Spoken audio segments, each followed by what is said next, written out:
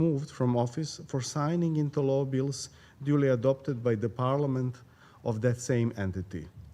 This was done based on the High Representative's imposed amendments to the Criminal Code, which, once they have come into effect, were retroactively applied.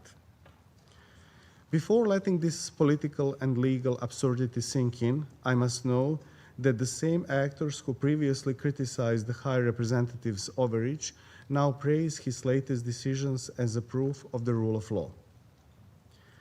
This brings us to the core of the problem, which is twofold. First, two separate acts that are each legally questionable and politically harmful do not, combined, produce a positive outcome. They merely accumulate, reinforcing a pattern of actions that undermines democratic legitimacy and creates the perception of arbitrary, viceroy-like authority. Second, much of the political discourse on Bosnia and Herzegovina has reduced all of the country's problems on the political figure. Since that person is no longer in office, one might assume that all problems have been resolved. But this begs the question, is that truly the case? Unfortunately, beyond this institutional debate lies a deeper political and societal challenge. The challenge lies in the continued failure to reach basic consensual denominators that should underpin the functionality of the system. The absence of such consensus manifests in many ways, but it is the root cause that must be addressed. In this context, it is worth noticing the persistent tendency within the political establishment in Sarajevo to interpret democracy through the majority-centric lens, seeking to translate demographic dominance into political control. In a complex, multi-ethnic state, such a model is neither democratic nor sustainable. Again, to illustrate the point, Mr. Komšić, in his recent address to General Assembly, lamented the activeness of that part of the international community which, in various ways, seek to preserve an incidental political system in which a minority governs the majority, thus destroying one of the fundamental principles of democracy. Those were the words of presidency member who, as has been noted in this very chamber and not by Serbia, was elected by the more numerous non-Croat voters who voted strategically to get in the presidency of Bosnia and Herzegovina both the Bosniak representative and the Croatian representative that they wanted. Equally regrettable is that the same majority-centric approach remains rooted in divisive wartime rhetoric, continuing to label entire communities as aggressors within their own homeland. Such rhetoric deepens divisions instead of fostering reconciliation. It stands in the way of the cohesion essential for Bosnia and Herzegovina to evolve into an effective and forward-looking state. Mr. President, Serbia will continue to advocate for dialogue, respect for the Constitution of Bosnia and Herzegovina, and adherence to the Dayton Peace Agreement as the foundation of peace. We welcome the recent efforts by President Trump's administration, which have led to positive developments in Bosnia and Herzegovina. At the moment when Bosnia and Herzegovina stands on the threshold of a new political chapter, we are convinced that the political representatives of Bosnia and Herzegovina, through responsible dialogue and compromise, can find solutions that serve the interests of all peoples and ensure progress for the entire country. We share with Bosnia and Herzegovina the vision of a region anchored in peace, prosperity, and integration into the EU. Serbia's own stability and development are inseparable from those of Bosnia and Herzegovina. Looking ahead, Serbia will remain a reliable and constructive partner, supporting initiatives that foster stability, economic growth, regional cooperation, and EU integration. To conclude, Mr. President, Dayton did not distribute power. It distributed responsibility. When that responsibility is shared, stability follows naturally. when it is replaced by one-sidedness, mistrust returns. I thank you. I thank the representative of Serbia for his statement, and I now give the floor to the representative of Croatia. Thank you, Mr. President.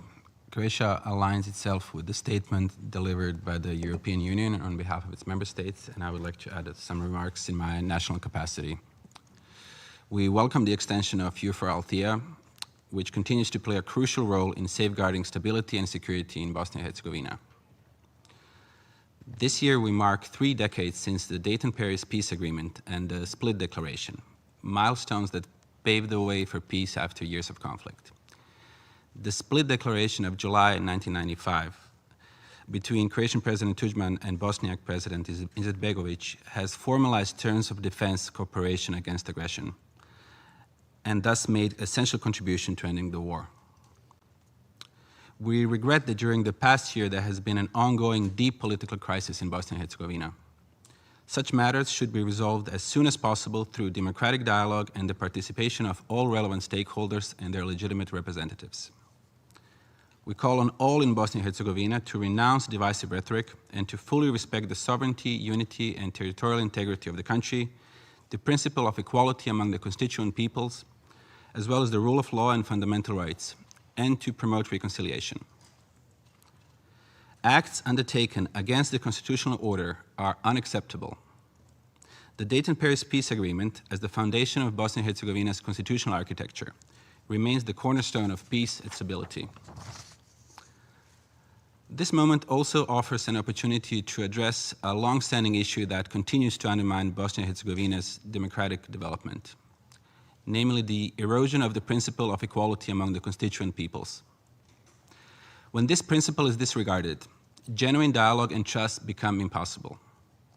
Only by ensuring full and equal representation of all 3 constituent peoples can the country achieve lasting political stability and a truly functional democracy. A fair and representative electoral system is thus essential. Under the current framework, electoral engineering deprives Croats of Bosnia and Herzegovina of the right to elect their legitimate representative to the presidency. Such a situation undermines trust and fuels division. Amending the election law to guarantee fair participation and legitimate results must therefore be treated as a matter of utmost urgency, especially ahead of the general elections scheduled for October next year. Mr. President, we hope Bosnia and Herzegovina will refocus on reforms and its European agenda. European integration remains its best path to stability, prosperity, and development for all its people. As the only EU member state bordering Bosnia and Herzegovina, Croatia warmly supports its progress towards EU membership. Through our European partnership, we assist in strengthening institutions and administrative capacities, ensuring a coherent and successful accession process and irreversible path towards full membership. Croatia's support has been long-standing and tangible. From providing refuge and humanitarian aid during the 1990s, when Croatia sheltered over 500,000 refugees from Bosnia and Herzegovina and created preconditions for the peace agreement, to today's cooperation in development, education, culture, healthcare, and emergency relief. Croatia remains a steadfast and reliable partner to Bosnia and Herzegovina. Most recently, Croatia allocated 9.5 million euros to support programs and provided a further 10 million euros in emergency aid following the 2024 floods, including rescue operations and infrastructure repair. Through these efforts too, Croatia reaffirms its enduring solidarity and commitment to a stable, functional, and European Bosnia and Herzegovina. I thank you. I thank the representative of Croatia for his statement. The representative of Bosnia and Herzegovina has requested the floor to make a further statement. I wish to warn in advance the representative of Bosnia and Herzegovina, as well as any other delegation who may wish to take the floor for a further statement. I will grant this opportunity to each delegation 1 time. The representative of Bosnia and Herzegovina has the floor. Thank you, Mr. President. I'll be short and brief. I thought that us from the region learned the lessons from this previous Security Council. I salute the colleague of Croatia that I'm not responding to his statement. I salute your statement. But with all the respect, the respected colleague from Serbia, I mean, I think this is unacceptable, what we heard last time in different wording from others. Now I hear from him, questioning again questioning legitimacy and legality of the president of the presidency, chairman of the presidency of Bosnia and Herzegovina, in a very improper way in this institution. I think that, with all due respect, counting the voters' blood cells or ethnicities or race or religion is not only against human rights, it's not only against the Constitutional Peace Accord of Dayton that we're all so proud of, it is actually against the basic principles that this building was built on. So I really strongly condemn the way my colleague questioned the legitimacy and legality of the president of the presidency, chairman of the presidency of Bosnia and Herzegovina, who is elected by the votes of the citizens of Bosnia and Herzegovina according to our constitution, according to peace accord, and obviously not according to the will of some people from the neighborhood countries who want to meddle and be part of our future in a negative way. I thank you, Mr. President. I thank the representative of Bosnia and Herzegovina for his further statement. I see no other person wishing to take the floor. There are no more names inscribed on the list of speakers. The meeting stands adjourned.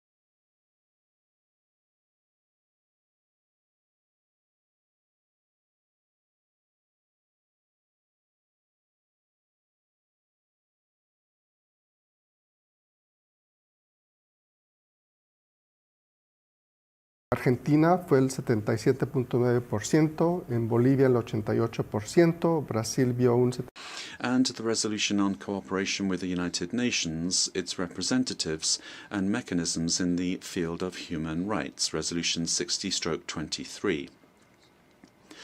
These contributions also represent an exercise in coherence with my country's foreign policy, which likewise appeals to the principles of transparency, accountability, and participation in the Council's own review mechanisms.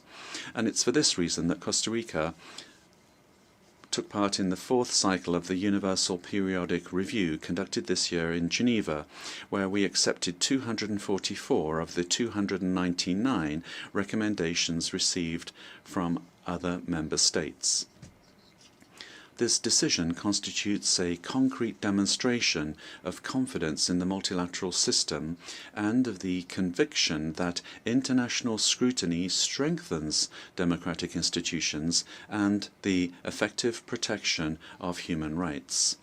Madam President, finally, Costa Rica, as an elected member of the Human Rights Council, with a mandate ending at the close of 2025, welcomes the substantive progress achieved and commits to continuing to actively participate in negotiation processes, facilitating dialogue among regions and promoting consensus building on issues that reflect our historic priorities and our unwavering respect for international human rights law. Thank you very much.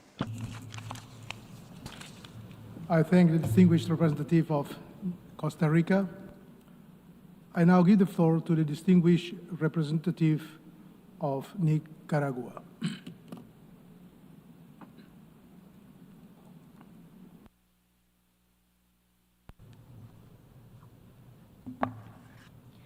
Señor Presidente. President, Nicaragua associates itself with the statement delivered by the Bolivarian Republic of Venezuela on behalf of the Group of Friends in Defense of the Charter of the United Nations. The Government of Reconciliation and National Unity of the Republic of Nicaragua raises its clear, firm and sovereign voice to denounce the politicization, selectivity and double standards that have been imposed in the treatment of human rights. We reject with absolute firmness the attempts to turn the Human Rights Council into a political tribunal manipulated by imperialist and neo-colonial powers that seek to use this space as an instrument of domination, blackmail and aggression against the free peoples of the world.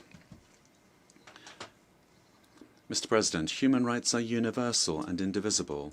They are not a privilege to be manipulated by Western countries and their charlatans, nor a weapon of war for those who destroy entire nations under the disguise of what they interpret as their democracy, a pretext to continue the plunder of developing peoples.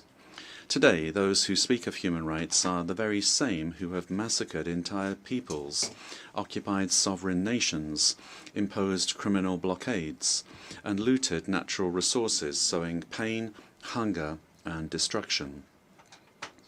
Nicaragua categorically rejects this imperial double standard that pretends to judge dignified and free peoples while supporting or remaining silent before the crimes of modern colonialism, the genocide against the Palestinian people, and the wars promoted by those who proclaim themselves to be defenders of human rights. Mr. President, we reject the so-called country-specific mandates. These are selective and biased mechanisms that violate the principles of sovereignty, equality, and non-interference enshrined in the Charter of the United Nations. These mechanisms, imposed without the consent of the affected country, are instruments of political interference, created and financed by the same actors who impose unilateral coercive measures, true crimes against humanity, that undermine the economic, social, and cultural rights of our peoples. The so-called group of experts on certain countries do not represent neither legitimacy nor truth. These groups are a farce fabricated by European nations whose only goal is to discredit legitimate governments and who refuse to submit to their selfish and imperial agendas. We reject those reports that are filled with lies, distortions, and falsehoods, built upon manipulated information from mercenary NGOs financed by the very same who, hypocritically and shamelessly, try to portray themselves as the world's moral guardians in order to cleanse themselves of their ongoing crimes. Mr. President, with dignity and with sovereignty, Nicaragua continues to advance without foreign tutelage or impositions in building a model of social justice, equality, rights, and peace. We defend real and concrete human rights, the right to life, health, free education, decent work, housing, energy, clean water, security, development, and self-determination. While the powerful spend billions on wars, Nicaragua invests in free peoples, in empowered women, in conscious youth, in indigenous communities with rights, and in families who live with hope and dignity. Mr. President, Nicaragua denounces before this Assembly the hypocrisy, arrogance, and impunity of US and European imperialism, responsible for the worst crimes in modern history. We reject their unilateral coercive measures, their economic blockades, their defamation campaigns, and their attempts to dictate moral lessons to the peoples who choose to be free. We reaffirm that sovereignty is not negotiable, dignity is not for sale, and independence must be defended. Nicaragua calls upon the peoples of the world to reclaim the true meaning of human rights, social justice, peace, solidarity, cooperation, and mutual respect. We call upon this Council and this Assembly to break the chains of manipulation, to defend truth against institutionalized lies, and to recognize the inalienable right of every nation to determine its own destiny, its own future, free from threats and impositions. Nicaragua will continue to raise its voice with courage, firmness, and with the strength of its revolutionary history to defend the sovereignty, peace, and dignity of all peoples. Because truth, justice, and independence are not to be negotiated. They are to be defended, won, and honored. Thank you very much.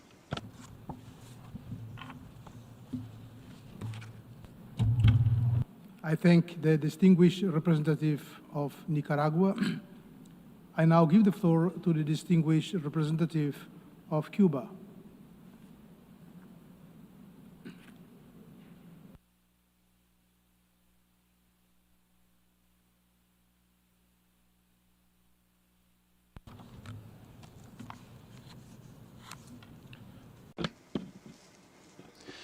Mr. President, we would like to greet Ambassador Jörg Lauber and thank him for presenting the report of the Human Rights Council. No country is exempt from challenges when it comes to human rights. None should, therefore, attempt to set itself up as a paradigm or try to impose their vision on the rest of the international community. The dissolution of the Commission on Human Rights showed the world that double standards only generate confrontation and a lack of trust, undermining the credibility of the UN human rights machinery. History should not repeat itself. The Council can and must fulfill its mandate better. Cuba assumes its membership in the Human Rights Council responsibly. From that position, we advocate for dialogue, cooperation, and mutual respect in the consideration of human rights. We firmly uphold the principles of universality, objectivity, and non-discrimination in the treatment of human rights. The issue of human rights should not be used for hegemonic objectives, political destabilization, or attempts at regime change. It is unacceptable that some countries continue to resort to selectivity, to punitive practices, to double standards, and to political manipulation in addressing human rights issues, particularly when it comes to the Global South. Equally troubling is the spread of these approaches within the Human Rights Council and its special procedures. Attempts to selectively highlight the human rights situation in certain developing countries, many of them victims of unilateral coercive measures that have a direct impact on human rights, these attempts are discriminatory and they're counterproductive. At the same time, the complicit silence in the face of human rights violations committed in highly developed countries is deeply concerning. It is essential that the mandate holders of special procedures fully observe the code of conduct adopted during the institutional building process of the Human Rights Council, and that they carry out their work based on objective, verified information coming from reliable sources. We share the goal of strengthening the Council based on its mandate and as a subsidiary body of the General Assembly in accordance with Resolution 60/251. This must be done in strict compliance with the so-called institution building package. The Universal Periodic Review provides an ideal space for conducting a comprehensive analysis of the human rights situation in all countries on an equal footing. It is a priority that we preserve this mechanism. Mr. President, little progress can be achieved on this issue so long as the current unjust international order persists, one where the hegemonic interests of a few countries prevail at the expense of the underdevelopment, dependency and exclusion of the South. The Council is called upon to more strongly promote a democratic and equitable international order, one in which social justice prevails. It should also unequivocally denounce the negative impact of unilateral coercive measures on the enjoyment of human rights by entire peoples.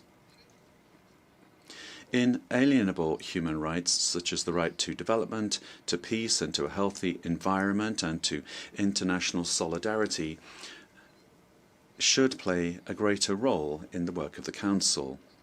It is essential that the Council be allowed to fully exercise its functions. We reiterate our opposition to attempts to establish stronger links between the Human Rights Council and the Security Council, or to have the latter assume responsibilities which are beyond its mandate. Mr. President, the blockade imposed by the United States against my country is a flagrant, massive, and systematic violation of the human rights of Cuban men and women. The inclusion of Cuba on the spurious list of countries that supposedly sponsor terrorism further exacerbates the already challenging economic situation that the country faces as a result of the blockade. Just 2 days ago, this General Assembly once again took a clear stand for the 33rd time against the illegal blockade imposed on us by the United States. Despite intense pressure and blackmail, the overwhelming majority of the international community voted for truth and justice and against this policy.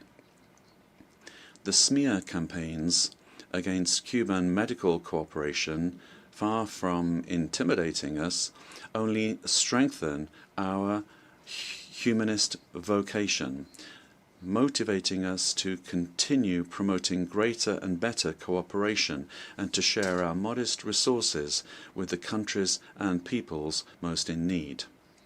The international offensive by the United States against my country will not achieve its old goal of subduing the Cuban people, whose history of struggle and resistance is very well known. Thank you very much.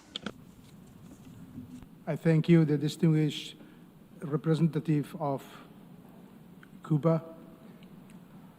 I now give the floor to the distinguished representative of Egypt.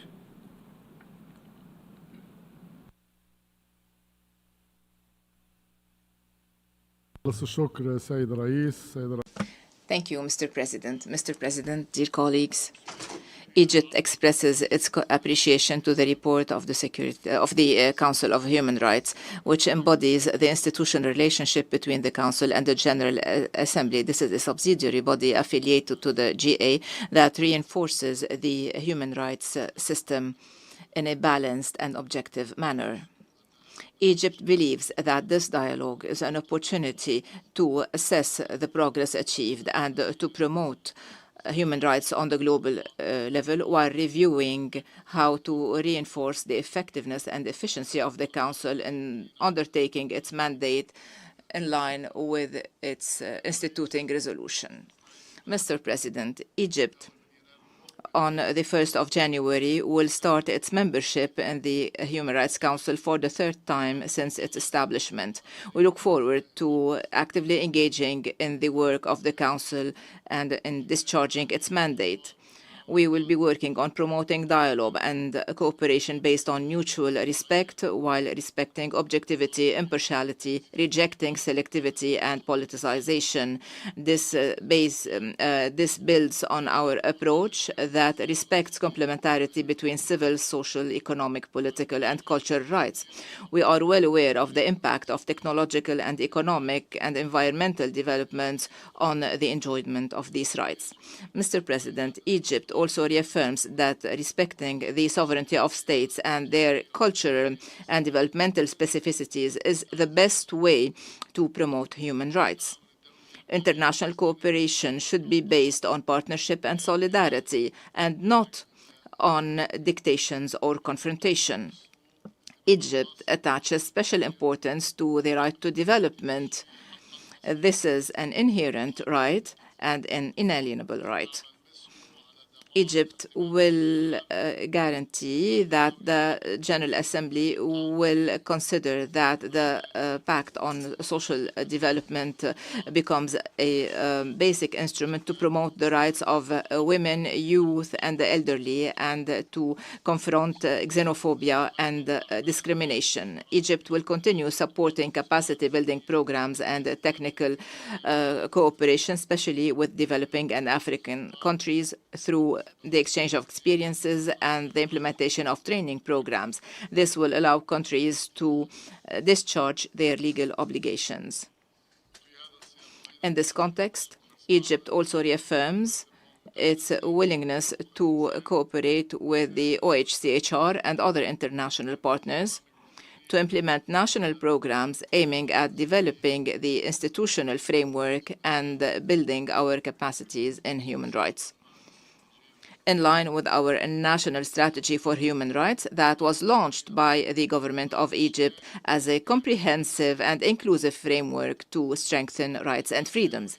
In conclusion, Mr. President, Egypt reiterates its commitment to the principles of the UN Charter and to the Universal Declaration of Human Rights. We are intent on working with all member states to promote the culture of dialogue and mutual understanding and to support efforts aiming at building a world that is more just, equitable, and human. Thank you, President. I thank the distinguished representative of Egypt. I now give the floor to the distinguished representative of who's coming in? For Algeria.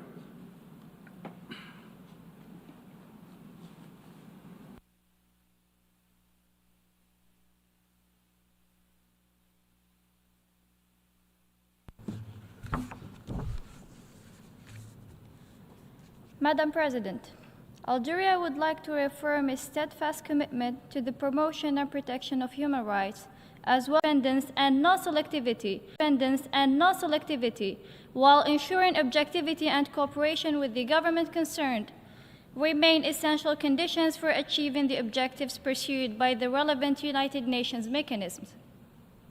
These principles ensure that their work is carried out with professionalism, impartiality, and technical rigor.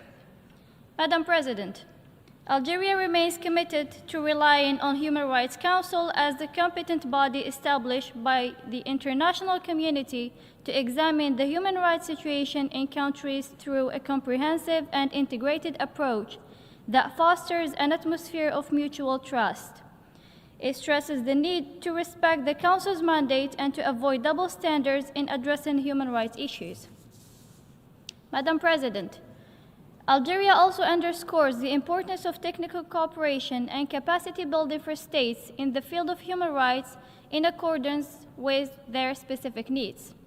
It further emphasizes the importance of enhancing coordination and strengthening complementarity among the various national, regional, and international mechanisms concerned, in order to realize these rights in their universal and comprehensive dimensions. Madam President, Algeria continues the reform process aimed at building institutions that meet international standards for good governance and the rule of law, based on participatory democracy that ensures the effective involvement of all in public affairs. In this regard, Algeria has established the Constitutional Court, the Higher Council for Youth, and the National Observatory of Civil Society. These mechanisms will enhance transparency in the functioning of institutions and will undoubtedly contribute further to the promotion and protection of human rights. In conclusion, Madam President, Algeria reaffirms the importance of multilateralism in promoting and protecting human rights as one of the pillars of the Charter of the United Nations. It reiterates its firm attachment to the universal values of human rights and its full readiness to continue working with all stakeholders to ensure that every individual enjoys all the rights guaranteed by the relevant international covenants and instruments. I thank you, Madam President. I thank the distinguished representative of Algeria. I now give the floor to the distinguished representative of Liechtenstein.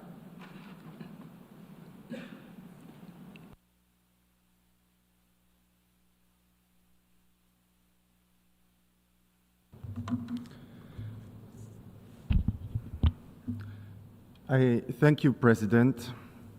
We thank the President of the Human Rights Council for presenting a comprehensive and informative account of the Council's work, as well as for his recent visit to Liechtenstein, which has not only offered a valuable opportunity to further discuss some of the institutional and human rights challenges, but also underscored the mutual commitment to strengthen cooperation in addressing them.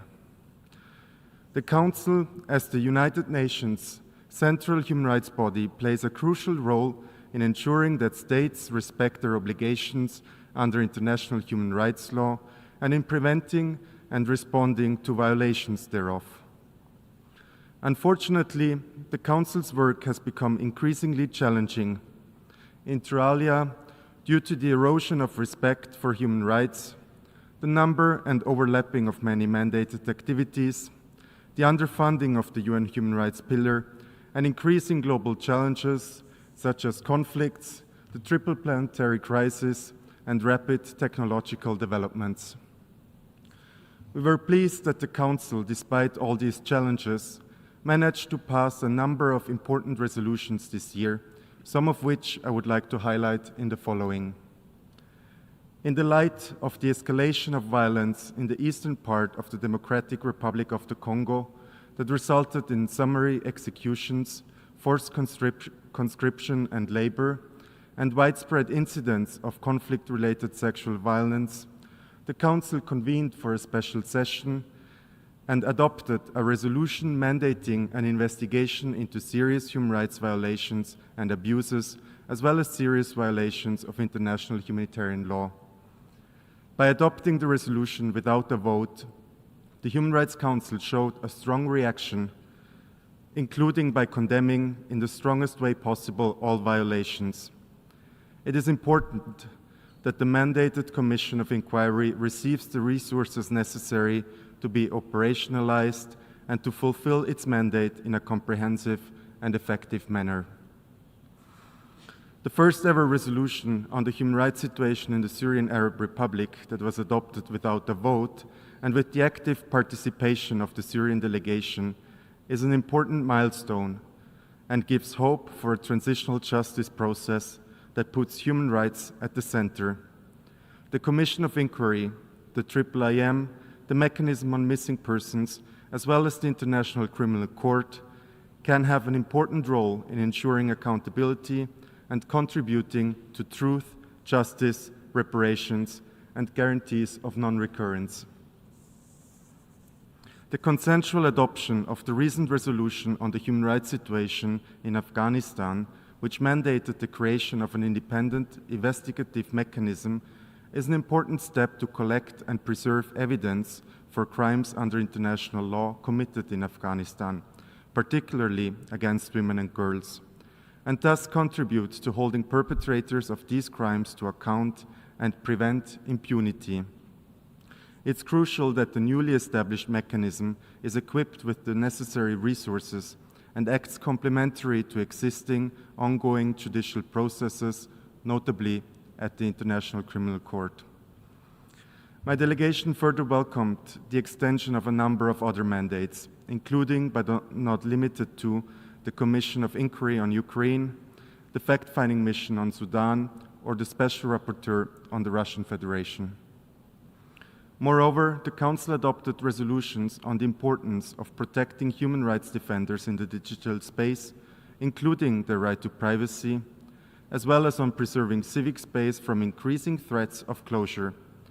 In this respect, we are concerned by the continuously high number of reprisals against human rights defenders, including through transnational repression. We thank the President of the Human Rights Council for his principled stance in condemning any forms of reprisals against those cooperating with the Human Rights Council. Mr. President, the Council has worked this year under circumstances that have seriously impacted on its ability to fully discharge its mandate, including the 10% reduction of its meeting time for cost-saving reasons, as well as the inability of the Office of the High Commissioner to fulfill mandated activities due to the lack of financial resources. The aggravation of the financial situation comes at a time where the human rights pillar is already underfunded and under attack, while facing increasing global human rights challenges.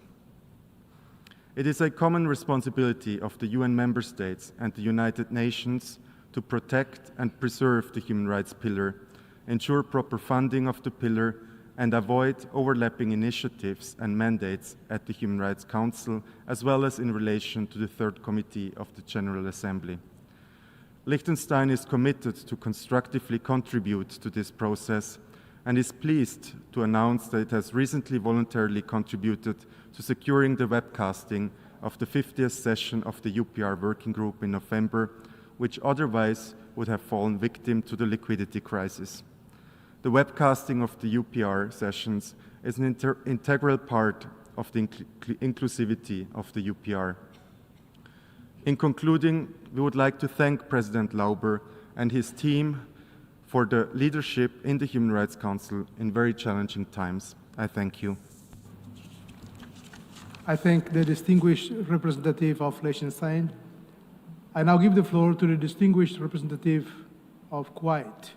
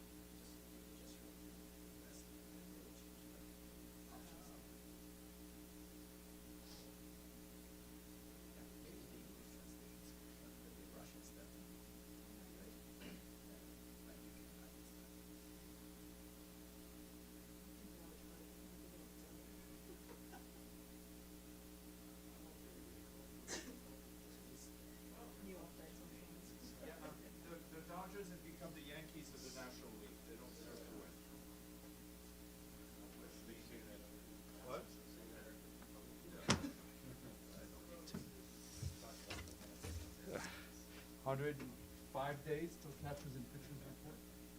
How are you?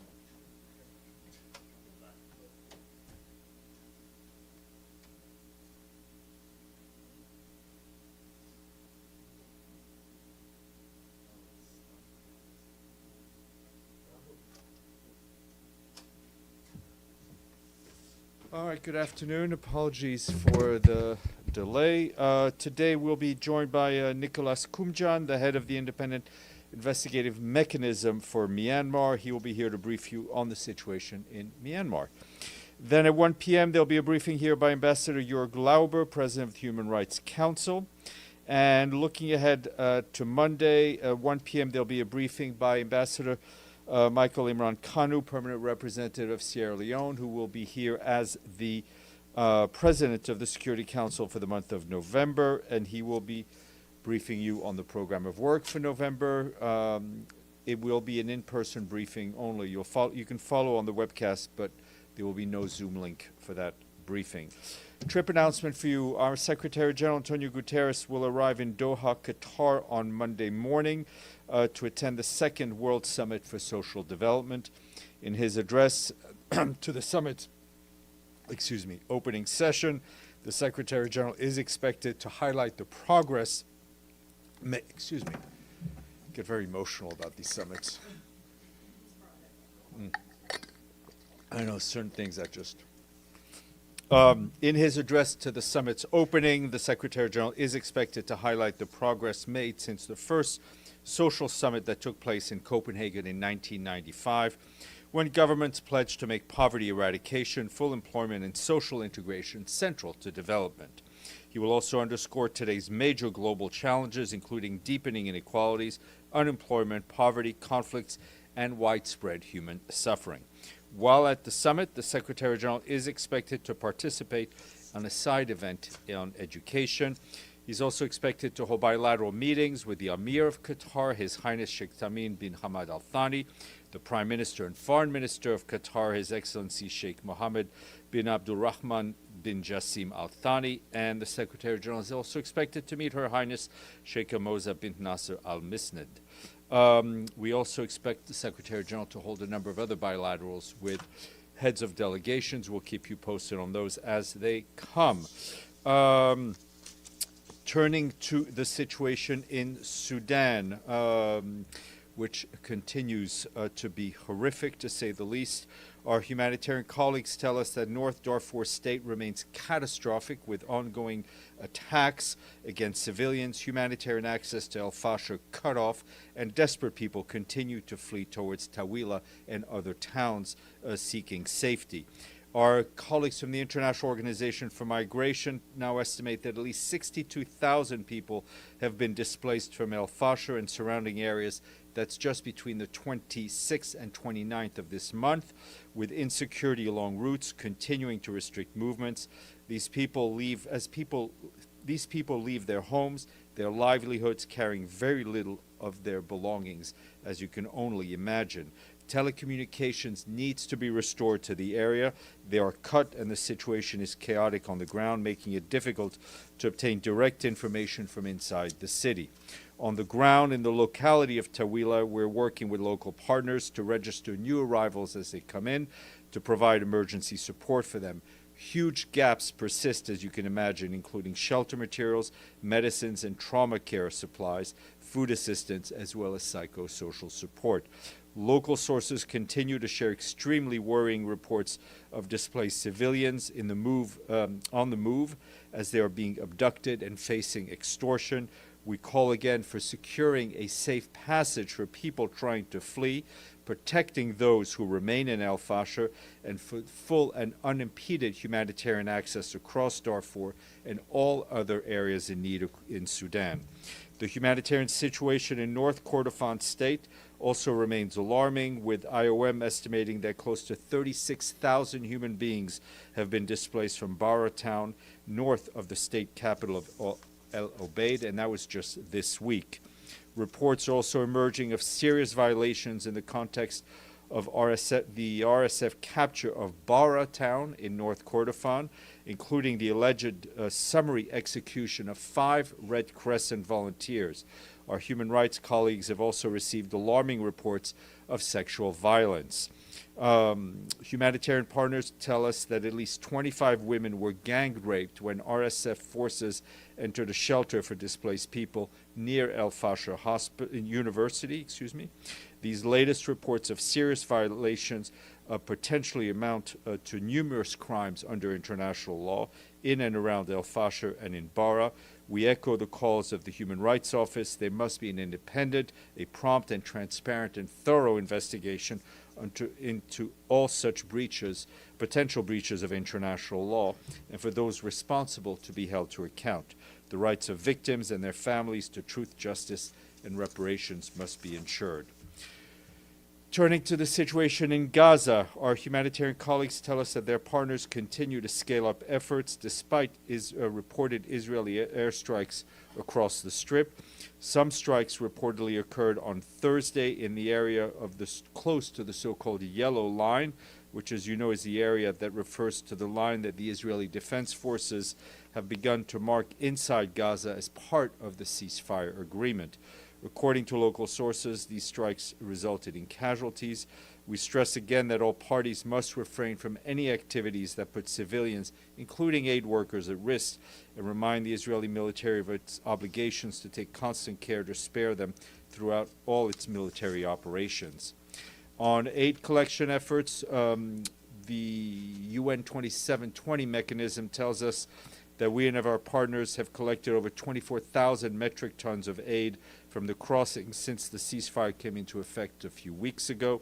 More people in need have also been able to access this aid, which includes food, medicine and medical supplies, nutritional supplements, and shelter materials through the resumption of community and household-based distribution services. Additionally, according to the 2720 mechanism, there's been a significant reduction of the interception or looting or taking of supplies collected by ourselves and our partners from the crossings in Gaza as we try to make our ways to our warehouses. Just to give you some example, between the 10th and the 28th of October, 5% of collected supplies were reportedly intercepted, compared with about 80% between 19th May and 9 October. Since the start of the ceasefire, our colleagues at the World Health Organization tell us they've delivered over 840 pallets of life-saving medical supplies into Gaza, including insulin, assistive devices, essential medicines, cholera, and surgical kits. WHO also supported this week that its teams are working with partners in providing nutrition services aimed to treat 2,500 children. Despite these positive developments, Gaza's health system continues to face a significant challenge in addressing the immense need faced by people in Gaza. According to the Ministry of Health in Gaza, as of October 7th of this year, more than 1,700 health workers have been killed since the start of the war. On the education front, partners are expanding their intervention where possible to restore minimum teaching and learning conditions for over 630,000 school-aged children who have lost over 2 years of schooling. They've also been supporting the rehabilitation of more than 90 classrooms in Deir al-Balah and Khan Yunis out of over 2,000 classrooms that require rehabilitation across the Gaza Strip. However, restrictions imposed by Israeli authorities on the entry of educational and learning supplies continue to hinder the response. We continue to call on all crossing points to be open and more UN agencies and organizations authorized to bring aid supplies into Gaza. Closer to these shores, to give you an update on Hurricane Melissa that hit the,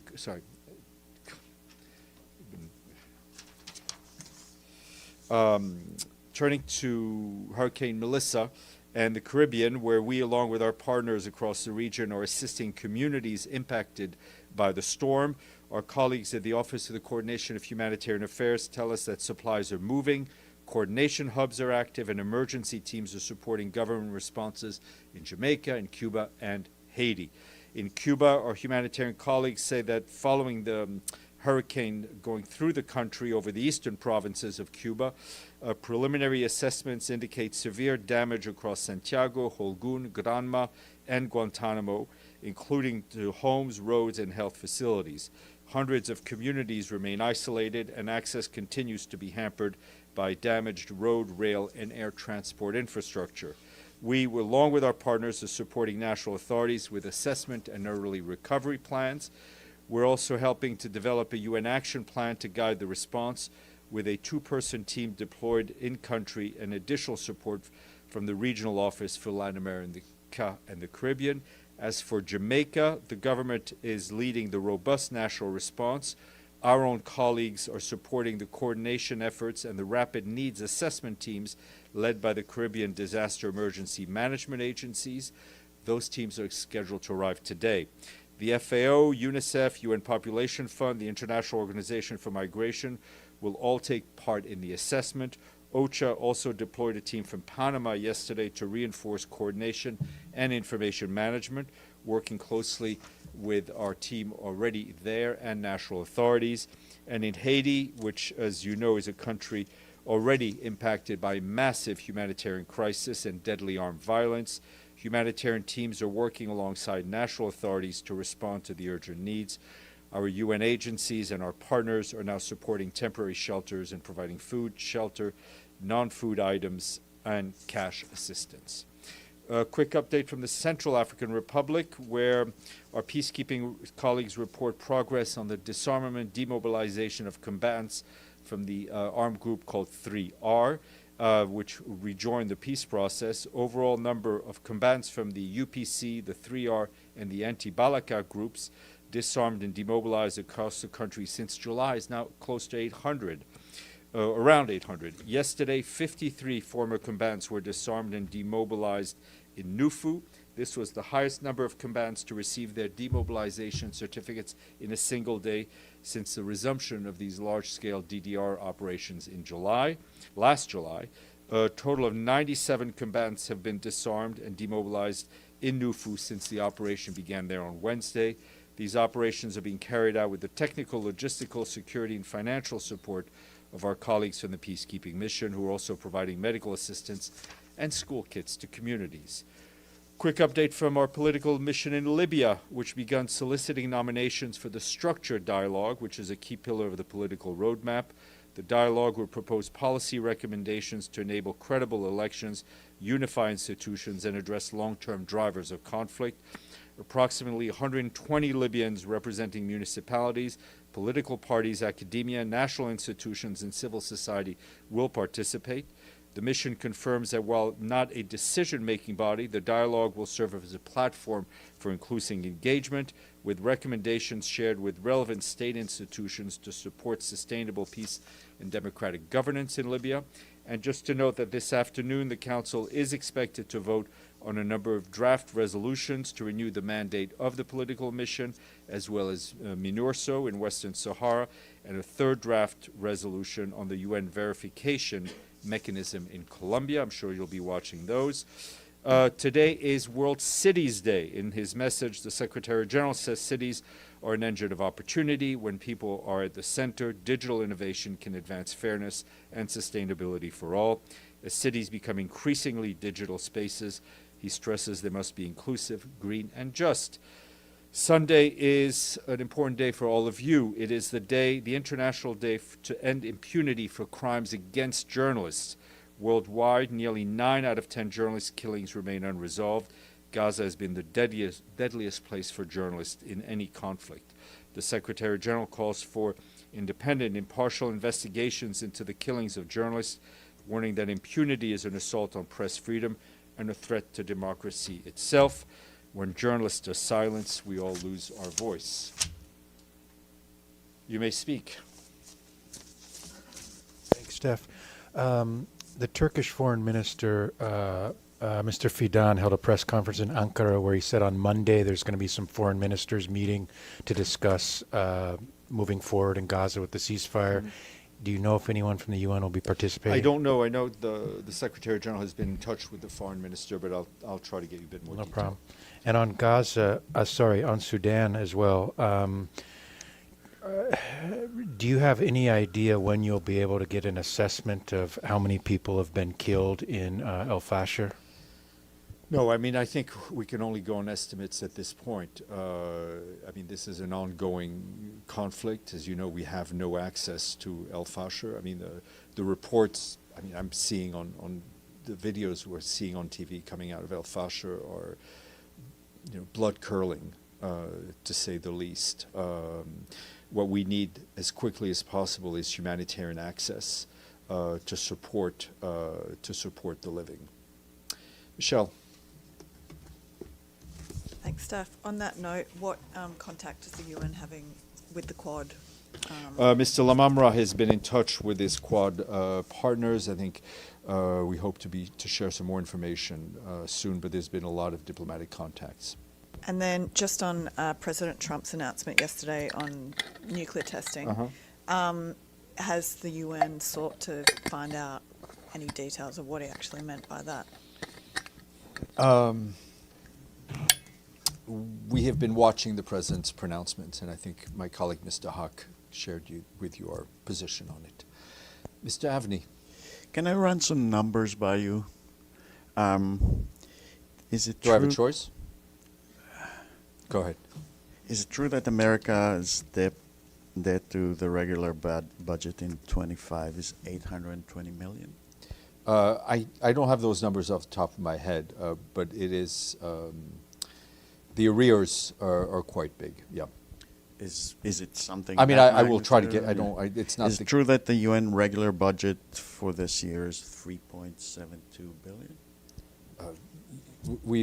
We've shared the budget estimate with you. I mean, I can give you the numbers, but that sounds about right. Yeah. Okay, that's pretty much it. But just about the statement about Gaza being the largest death of journalists. Does that include Gypsy, gay, and Jewish journalists who perished in the Holocaust? It is a conflict since the creation of the UN. World War II was not? Since great. Deji. Yesterday, Lebanese president ordered... Are you recording me with your glasses? Yes. Okay, sorry. Just checking. Okay. Yes. Yesterday, there are cameras everywhere. I just want to know where there are additional Lebanese cameras. President ordered Lebanese armed force to confront future Israeli incursions. We know that UNIFIL is there. Do you have any details of what's going on and what is the UN's position for this? I mean, we've seen the orders. We have also, I think UNIFIL has been on the front line and seen the repeated violations of 1701, whether by armed groups such as Hezbollah or whether by the IDF. What we need is for all the parties to respect the resolution, implement it, respect the blue line, so that people on both sides of the blue line can return to a normal life. But it seems Israel claimed that they killed someone who has been in the infrastructure of Hezbollah, which obviously has been pushed back by the Lebanese government. We don't condone these types of actions. Okay, another question. Today, the High Commissioner of Human Rights, Roger Turk, when talking about the U.S. strikes in Caribbean and Pacific, he said these actions violate international human rights law and it's unacceptable. Does the Secretary General share the same statement with the High Commissioner? He does.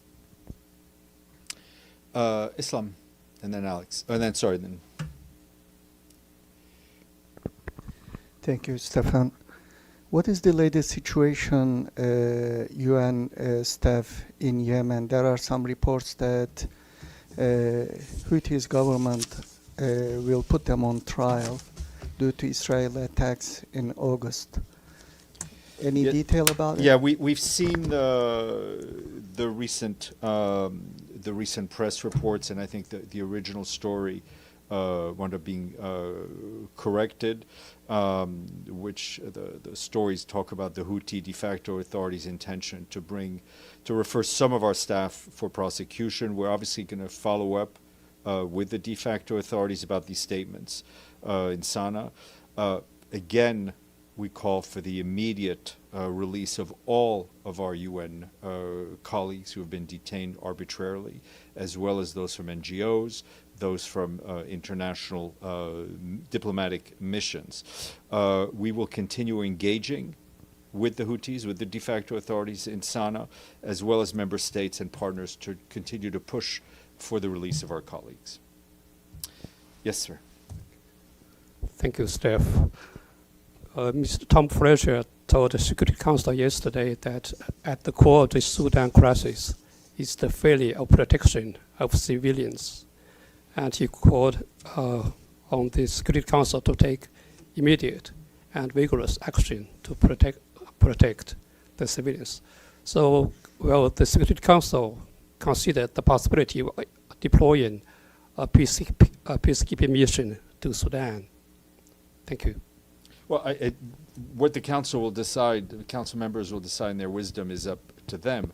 I think it would be very important to have a strong and unambiguous message from the Security Council calling for a halt to the fighting, calling for the protection of civilians, and calling for direct and unimpeded humanitarian access. Alex. Thanks, Steph. I have a quick follow-up on Dej's question. Could you please clarify what have changed in your position on Venezuela? Why is it illegal now? I mean, unacceptable. Because like a few days ago, I think for the Secretary General, as I said, echoes what Mr. Volker said, what the High Commissioner said, that in what people say are operations to counter illicit drug trafficking, they must adhere to international standards, including limits on the lethal use of force. It's clear to us at the UN, I think we've been very upfront about it, that issues regarding organized crime, regarding the illicit drug trade is a serious threat to member states and communities worldwide. Combating it requires international cooperation, as well as innovative public policies to address the root causes of the violence and the drug addiction. This is the analysis that our Mr. Turk's office has developed, and we fully back it. Does the Secretary General believe that such actions violate the UN Charter? Any action by member states need to fully respect the Charter. Benny. On Western Sahara, does the UN have a position on the autonomy plan that apparently the U.S. is supporting now? Let's wait for the council to. I mean, the UN was involved for a long time with the Western Sahara and. Look, I mean, yes, I know the UN was involved for a long time. You and I have been here for a long time. We've been talking about this for a long time, Benny. Mr. de Mistoro, who's a personal envoy of the Secretary General, hopes that these deliberations that we're seeing will contribute to the relaunching of a credible and much needed political negotiation to solve the conflict. But no position specifically on the question of I will leave it at that for now. Any questions online? Otherwise, we will go to our guest. I have a question. Then, Stefano, you go ahead, please. It's a follow-up on Sudan. Does the Secretary General is satisfied with the press statement issued by the Security Council yesterday? Look, the Secretary General is not here to grade the output of the Security Council. I think I was very clear in what we want to see, and most importantly, what we want to see on the ground as quickly as possible. But there are certain steps that the Secretary General can take in a situation like this.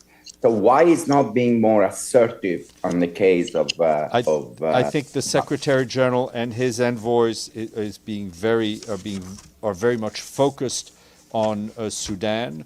There's a lot of diplomatic contacts ongoing, and as soon as I have something to share with you, I will do so. All right, Nicholas, you're most welcome to come up here.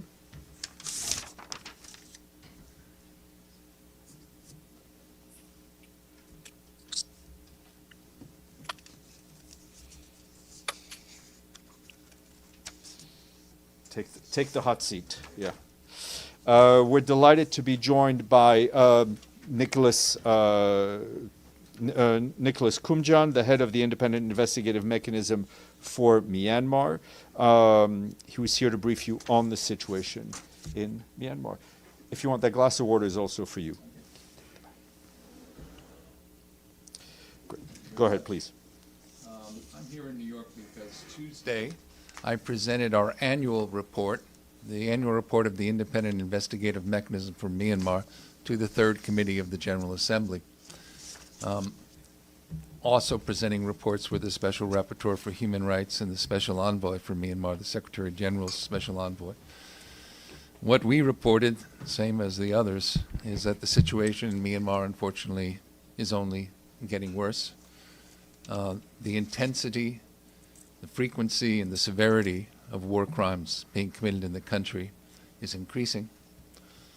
Our mechanism was established by the Human Rights Council and endorsed by the General Assembly with the mandate to collect evidence of the most serious international crimes committed in Myanmar, to preserve and analyze that evidence in order to facilitate criminal prosecutions in national or international courts. We have been doing that, and we were created largely in response to the crisis in 2017 when Rohingya were forced over the border to Bangladesh, more than 750,000 Rohingya. And at that time, that was what was not envisioned was the military coup in February 2021. So since that time, the scope of crimes that we have to investigate has greatly expanded, while unfortunately our resources have not kept up. We're sharing evidence about the Rohingya situation with several ongoing processes, including an investigation by the federal court in Buenos Aires, Argentina, also with the International Criminal Court, which is investigating because the Rohingya were forced over the border onto the territory of a member state of the ICC, Bangladesh, and that could constitute the crime of deportation. So the judges of the court have authorized an investigation in that regard. And the prosecutor in November of last year said he would be seeking arrest warrants against the commander-in-chief, and several others would be presented later. We also have shared evidence with parties at the International Court of Justice, where the Gambia filed a case alleging that Myanmar had failed to fulfill its obligations under the Convention for the Prevention and Punishment of Genocide. And that case now, the written proceedings closed at the end of last year. We anticipate hearings to start early next year. And I think that's a exciting development. We have shared evidence with both parties, and I believe our evidence will play an important role in that case. We continue to explore sharing evidence with other processes.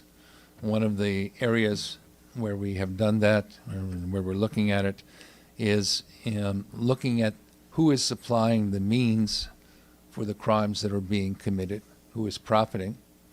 And we have seen some evidence of violations of sanctions laws in certain countries where material is being sent, military material, that's ending up in Myanmar. And we are talking to the judicial authorities, the national authorities in those states who have expressed an interest in our evidence. The elections, the so-called elections, are coming up and anticipated to begin, according to the current de facto authorities, in December. We're very concerned with what's going on with these elections. These are, I use the word elections, but there's elections without a choice, which I think is supposed to be a synonym of the word election. Recently, the military passed a law providing for punishment up to 10 years for those even protesting the election with the intent to destroy the process. We're very concerned with that. Also concerned because it appears the military, the de facto authorities, have included certain areas in the election that they do not now control, which may indicate an attempt to retake those territories. And what we've been seeing consistently in recent times is when the military goes on offensive, it starts with airstrikes, and these airstrikes, unfortunately, have often targeted areas that are simply civilian. We're also concerned that the elections, that it be clear that targeting election workers or those providing, facilitating the election can be a war crime. We want to get the word out on that. Whether you agree with the elections or not, under the laws of war, only combatants can be targeted. So we wanted to be clear that if people are targeting, opposition forces are targeting individuals simply because they are participating in the election in some way or facilitating the election, these are not combatants, and this would be a violation of the laws of war.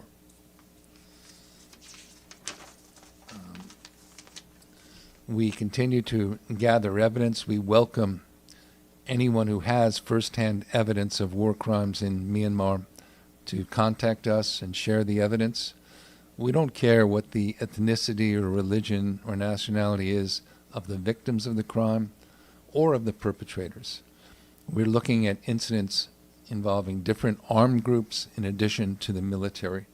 All are obligated under the laws of war to respect international law. With that, I'd be happy to take any questions. Thank you so much. Thank you for this. I'll open the floor for questions. Yes, please, Michelle, go ahead. Thank you. Michelle Nichols from Reuters. On behalf of the UN Correspondents Association, thank you for doing the briefing.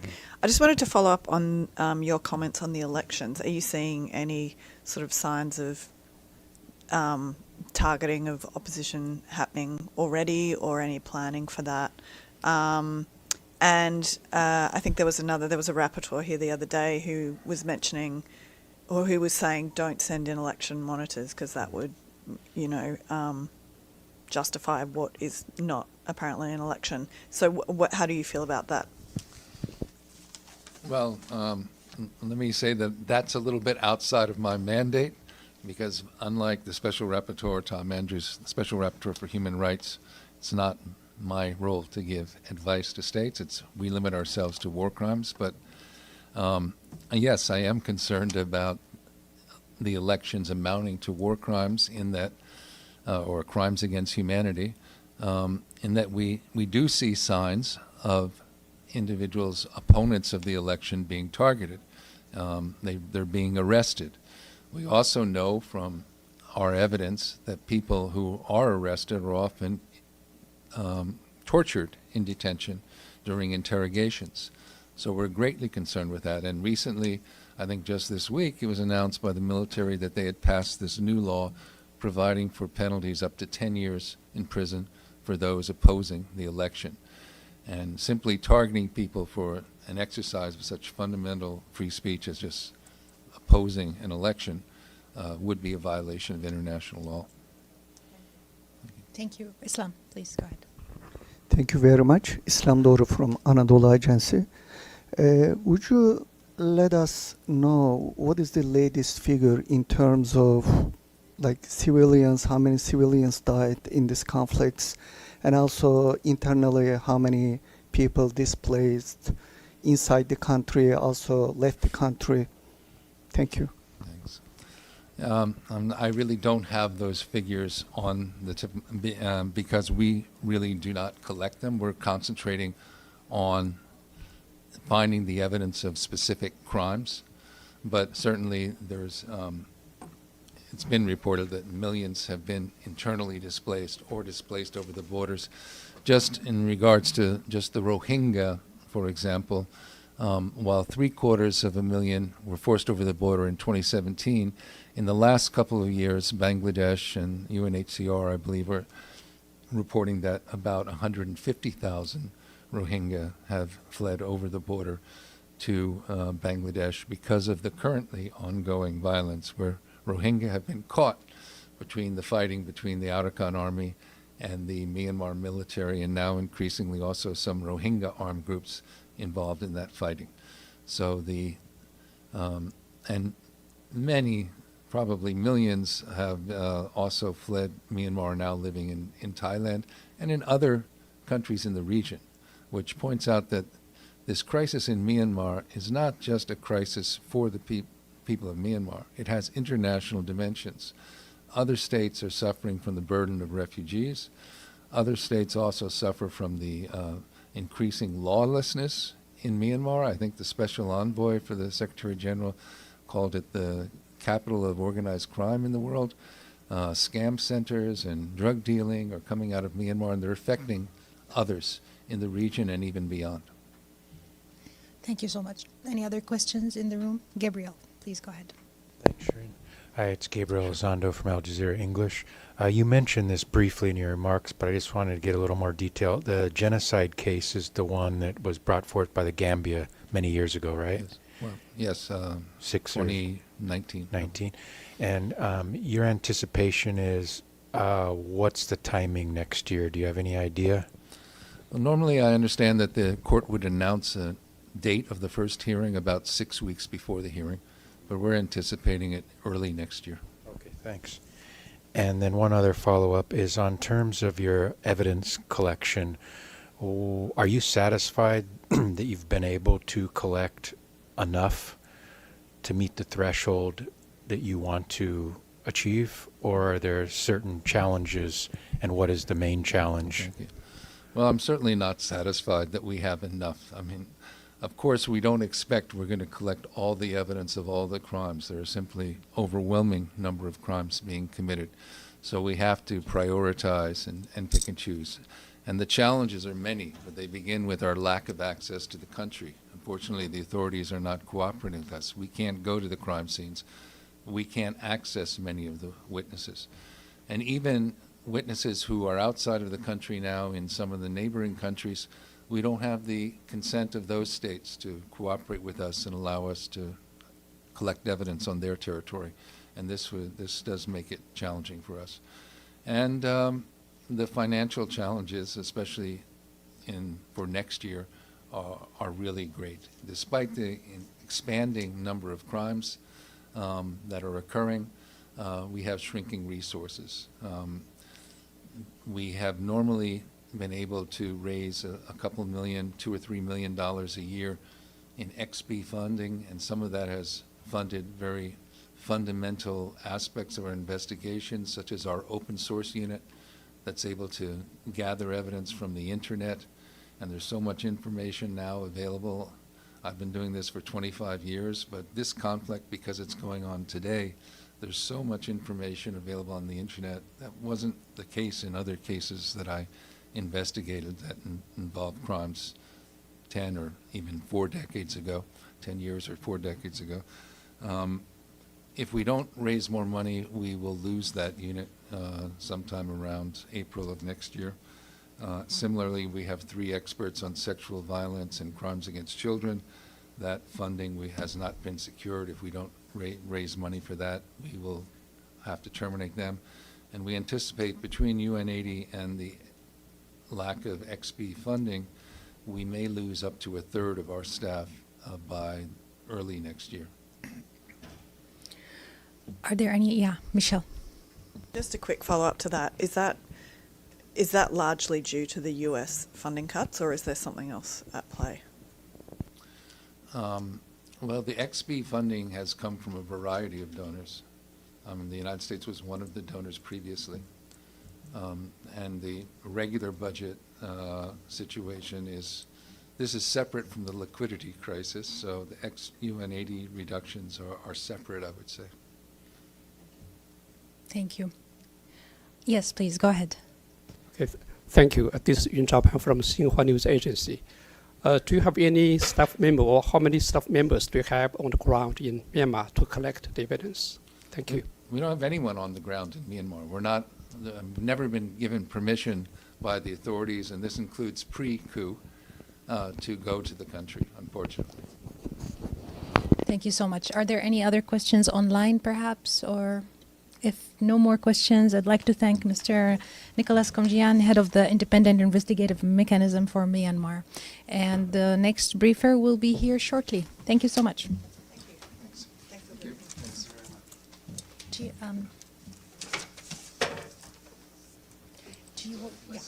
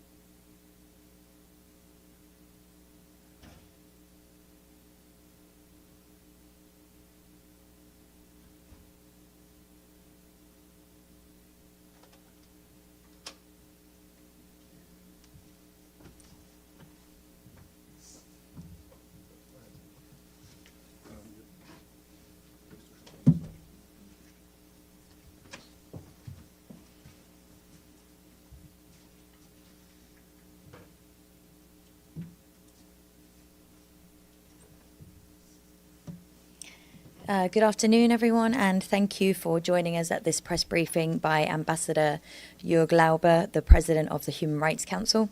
Ambassador Lauber is in New York following the 60th session of the Human Rights Council. We will begin with a few remarks from Ambassador Lauber and then open up for questions. Ambassador, you have the floor.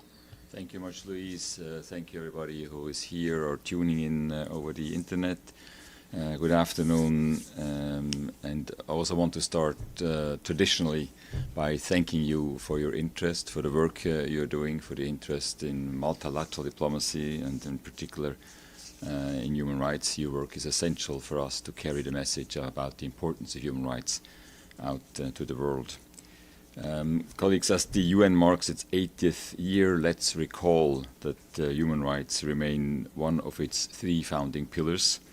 Across 8 decades, the UN has helped build the international human rights framework and institutional architecture, from the Universal Declaration on Human Rights to the many treaties and mechanisms that continue to guide the protection of people everywhere. Today, human rights work extends to every continent, helping governments strengthen laws, institutions, and accountability. The Human Rights Council in Geneva is a central part of that effort. It provides a place where member states, civil society organizations, and other actors, often with very different views, can come together, discuss, and take action. In a divided world, the ability to keep dialogue alive is an achievement in itself. At its 60th session, concluded earlier this month, the Council adopted 35 resolutions, including those establishing a new investigative mechanism on Afghanistan, merging the mandates of the special rapporteurs on slavery and human trafficking, and taking steps to strengthen the Council's efficiency under resource constraints. The Council renewed a number of country and thematic mandates on Sudan, Afghanistan, Sri Lanka, and the Russian Federation, while bringing others to conclusion, such as those on Somalia and the DRC. It also postponed the adoption of Nicaragua's UPR outcome while inviting continued engagement. On thematic issues, the Council continued its work on health, water and sanitation, climate change, the rights of indigenous peoples, and many other themes. Despite reduced meeting time and resources, the Council completed its planned work, including 9 general debates, 41 dialogues, and the Universal Periodic Review on 14 countries. I thank all delegations, experts, and staff who helped make this possible. The challenge now is to ensure that the Council can sustain this work as it enters its 20th year in 2026. The budgetary outlook may be difficult, but the commitment of Member States to dialogue, cooperation, and accountability remains strong. Let me conclude by saying that it has been a great honor to serve as President of the Human Rights Council during 2025. Thank you very much, Ambassador Lauber. Are there any questions in the room? Go ahead. Thank you. Thank you so much for this briefing on behalf of the United Nations Correspondents Association. Thank you. What would you say? A lot is being said about the situation of human rights all over the world right now. What would you say is the single most threatening or the single biggest threat facing human rights today? And could you just also elaborate a bit on, other than the budget, what does that entail? Where are we at now budget-wise? And what does it say about member states' commitment to human rights? Yeah, thank you so much. The 2 questions are related, of course. You know, during the 3 sessions I had now the privilege to preside over as a president, I heard many reports from individuals, from groups coming to Geneva, sharing their testimony. And I have to say I have to tell you, many times I felt discouraged and almost depressed to hear that testimony, to see in how many places all over the world human rights are violated. And at the same time, what I found encouraging is that they come to Geneva, they recognize the Council as a place where they can be heard and where there is a hope for them to be recognized and to receive support and help. So the single biggest threat for me is disengagement. If states, and we have some examples, disengage in the work of the Council, disregard the importance of human rights in relation also to peace and security and development, and turn away, that is for me, it's not a specific country, but that's for me the single threat. And that finds an expression in the budgetary constraints we have. It's not the only reason, but it's among them.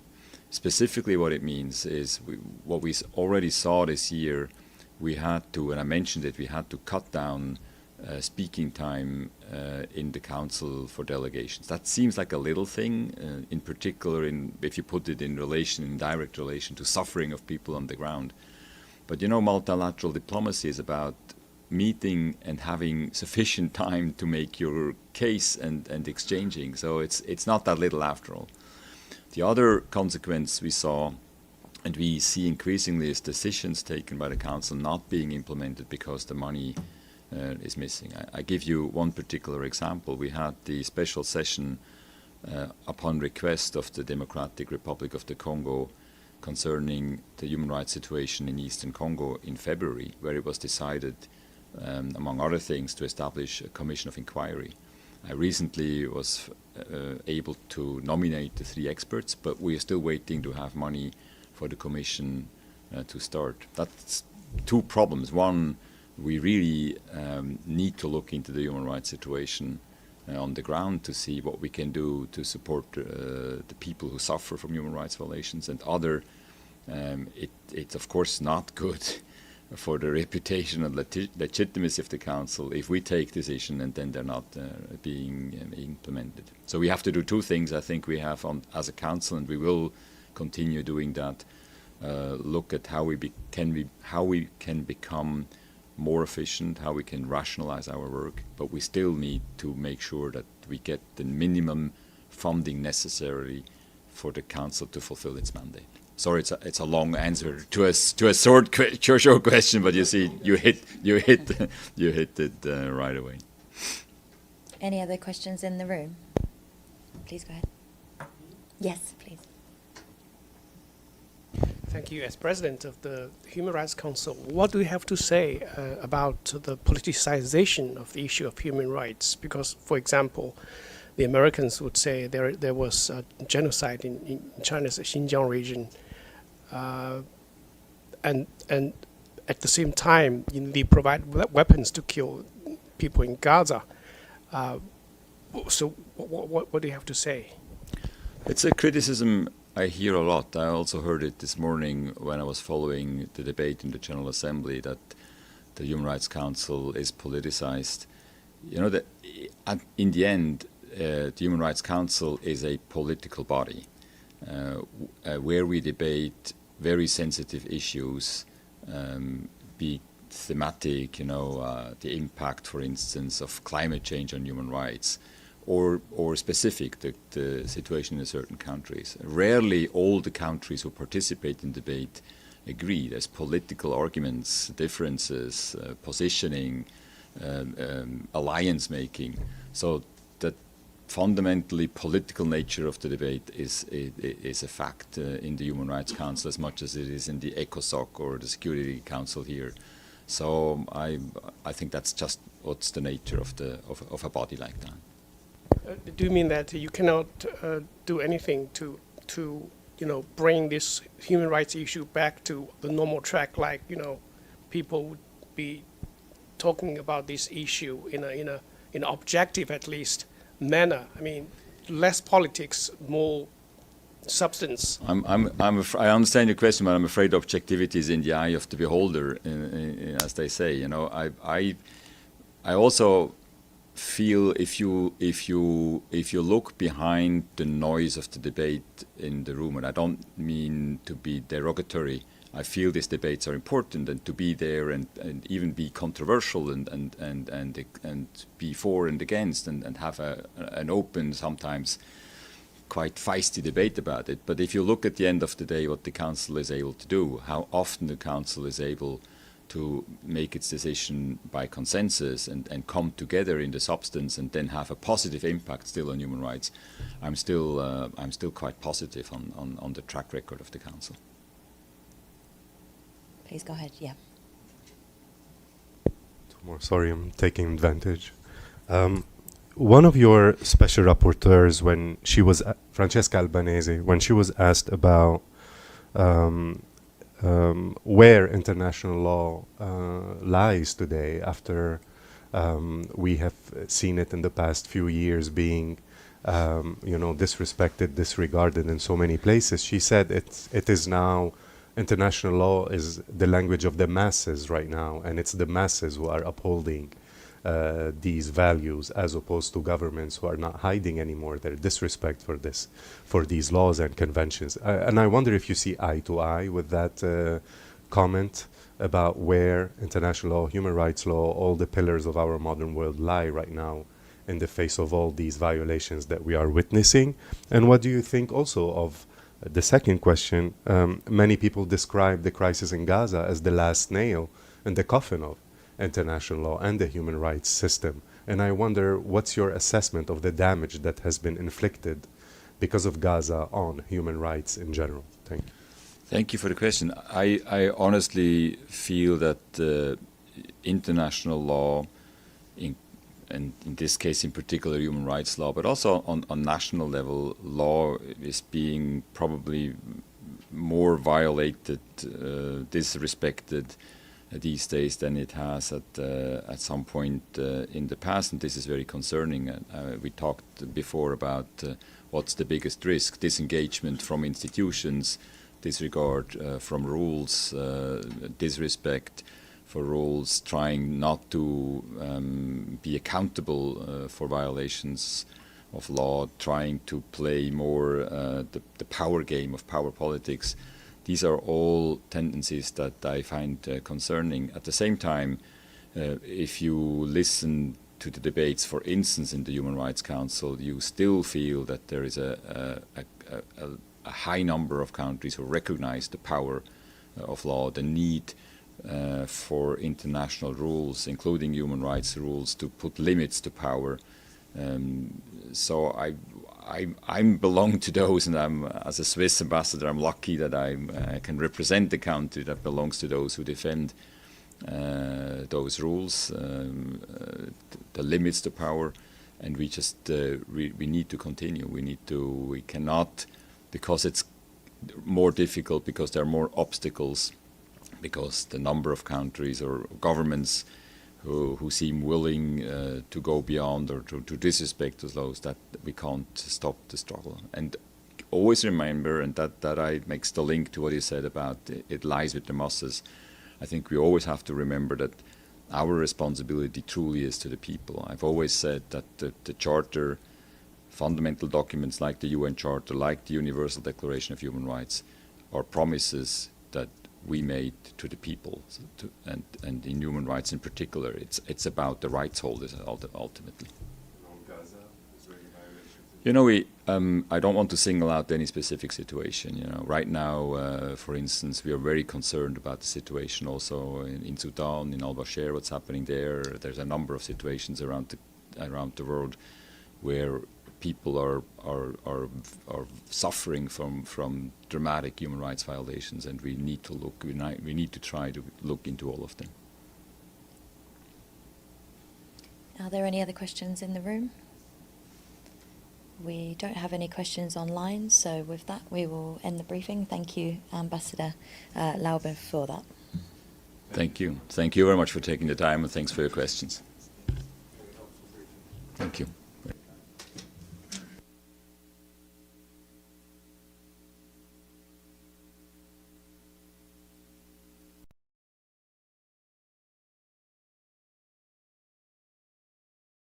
We discovered that 80 indigenous people died during I don't know, I think in 6 months. And then in 2023, she flew all the way there. It's the largest indigenous reservation in the world. It has 74,000 square miles in the north of Brazil, in the Amazon. And it was one of those stories that it's a make or break. Some people would go like, oh, I don't care about those indigenous peoples. I don't care about all these ecological stories you tell. But it was told in a so humane way. At the end, they used the plane and the helicopter that they rented to shoot the story, to transport the children that were so sick they couldn't even walk because they had a fever, they were sick, and then they flew them back to hospitals that had more resources than the ones in the middle of the jungle that, of course, hadn't got any resources. And then it was a really big story in a newscast on Sunday night in Brazil. But it was like one of those stories that people could pay attention or not, because it's hard to identify with the story so far from you. And then 2 years later, let's make it was during the Bolsonaro government, and then the government changed. But anyway, 2 years after that, they flew there again. And what they found was almost the opposite. I mean, it's just a solution that happened because they shed light on it, because people saw it, and even governmental agencies that should have been involved from the beginning in the problem were like now receiving a lot of pressure from the society. You have to do something about it. And then, 2 years later, which was like 2 months ago, they went back there, and not everything's perfect, of course. Not all the illegal miners left, but like life is coming back to the rivers. People are like having fish to fish again. They're starting to eat again. Like those 2 children that our reporters carry on their laps had their lives saved, and like are chubby now, and they're like healthy again. I know this is one story, but it's so hard to motivate people to even watch this kind of story and even to relate with this kind of story, that I think that when you get that, it's a real victory for our way to do journalism and what we believe. I was struck by what you said, that they also went back, because I think that's what we see often, is that journalists will uncover and then they move on. But keeping with the story, see how the problem was addressed or not. It could have been not, but also, so thank you. That's very inspiring.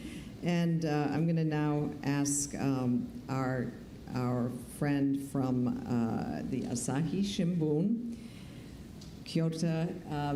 How are things in Japan? Have you adopted solutions journalism in your newspaper? And is there some movement in Japan in this direction? I guess I've just arrived in New York last April, so I was back in Tokyo covering a lot of things, national things. But I thought I might share a project my colleagues has been doing called what's called in English 80% Society. We back in Japan, with the aging population, we are in danger of with the Asian population, we were going to have 80% of workforce in 2040 as compared to that of in 2020. And that's leading to a lot of issues, especially in local cities where they are not being able to maintain the public services or infrastructure, or people moving into more urban areas, and that leading to a lot of environmental issues like abandoned houses and stuff. And so my colleagues are basically exploring the issues and solutions that's being undertaken in locally, I guess. And I guess what's quite special about this project is that we are also having not only the articles, but also we are having town hall meetings in various places where we discuss those issues or solutions with people from the local government or people doing local businesses or scholars.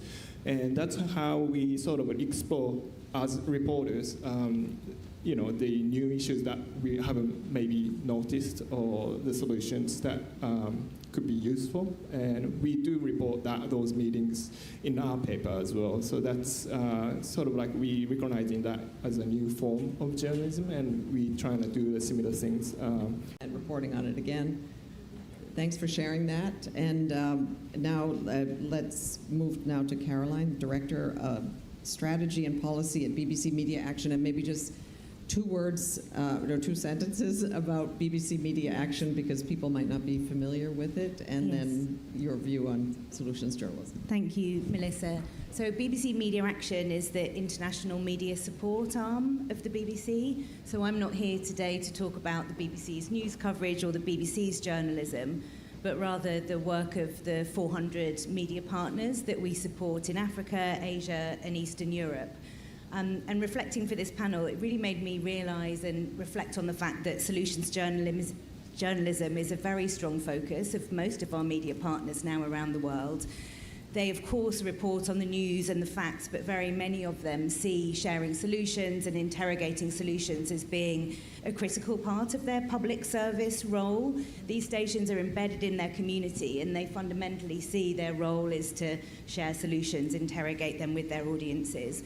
And what we've seen is when, in this era of rampant distrust, when local media partners do this work well, it really helps them engage their audiences and build this trusted relationship with their audience, because the audience can see that the media organisation is playing an active role in meeting their needs. And we see through all of our research that solutions journalism, when practiced well, builds trust. And we have been carrying out a number of studies now around the world that show the impact of solutions journalism on a wide range of the SDGs, on increasing vaccination rates in Nigeria and India, through to stronger women's participation in the development of climate policy and climate action in Somalia and Indonesia. So we can see at a macro level that this really works, and there's huge demand from our partners for more resourcing and more support in this area, because it helps them sustain their audience, sustain their business, and serve their community. Thanks so much for those examples, Caroline. And I think that's a new theme that we can pick up in the next round, and that is building trust with the community, and how solutions journalism is actually building audiences and retaining audiences and building trust. Plus, a critical part of the role of journalism is that kind of public service. So thanks for raising that. And I think you mentioned climate action in Somalia. Now we can talk about climate action more globally with Mark Hertzgaard, again, Executive Director of Covering Climate Now, and also a few words of what is Covering Climate Now, and do we need, if there's one area where we need to be consistently pointing to the solutions, it is around climate. So over to you. Well, thank you very much, Melissa, and thank you everybody who's here. Covering Climate Now was actually founded 6 years ago this week at the United Nations to break what was then we called the climate silence of the mass media around the world. Mass media was basically quiet about the climate problem. And so I'm with The Nation magazine here in the United States. I and the Columbia Journalism Review and the Guardian newspaper and WNYC, which is the public radio station here in New York, we got together and we said we need to do something about this. And we put out a call to people, and by September of that year, 2019, we had 323 news outlets that had said, yes, let's do a week of coverage together. And we did right before the UNGA. And then, and this goes to show what happens in journalism if you just go out and put your feet on the ground, we didn't know, but there was a young woman named Greta Thunberg who was, that same week, put 6 million protesters in the streets. And when you see that kind of media focus and that kind of civil society mobilization happening at the same time, that is when you can get change. And believe me, the government leaders who were here, and I dare say the media leaders inside of our industry, they woke up and said, oh, this climate thing, it's real. We have to pay attention to it. So since then, we have now grown to 500 plus news organizations around the world. And I want to say to everybody here, if you're watching, if you're a journalist, if you're a freelancer, you're invited. If you are a news outlet, you are invited. It costs you nothing to join Covering Climate Now. You get a lot of benefits that you can check on our website, coveringclimatenow.org. Please get in touch with us. Just email us at editors@coveringclimatenow.org. Happy to say that Solutions Journalism Network is a close partner of ours that we have learned a lot from over the years. The Asahi Shimbun is also a very close partner of ours, leading clearly the best climate coverage in Japan. And one of the things that we have learned from Solutions Journalism Network, we work with the biggest news organizations in the world. So Reuters, Agence France Presse, Bloomberg, CBS News, ABC News, NBC News, Asahi. We would love to have Globo. We would love to have Nigeria News. We would love to have the BBC. Everybody is welcome. We are organized by journalists for journalists. And what we learned from the Solutions Journalism Network has been a bit of a hard sell with some of our traditionalist colleagues in newsrooms. Because as David Bornstein said a moment ago, there is a resistance. The old school inside of journalism sees solutions journalism as advocacy. They say, that's not what we do. We're not advocates. We're just supposed to call balls and strikes. And at Covering Climate Now, we think that there's actually a way to bring that old mentality together with the new mentality that David described, which is, yes, we of course have to cover a problem like climate change, but you have to tell the whole story. And if you're only talking about the problem, you're not covering the whole story. You have to talk about the problem and also the potential solutions. And notice what David said. He said you interrogate the solutions. Interrogate the solutions. So any hard-boiled, old school journalist, and I've been in this business a long time, if you hear that and you're still not open to solutions journalism, the problem's with you. It's not with the approach of solutions journalism.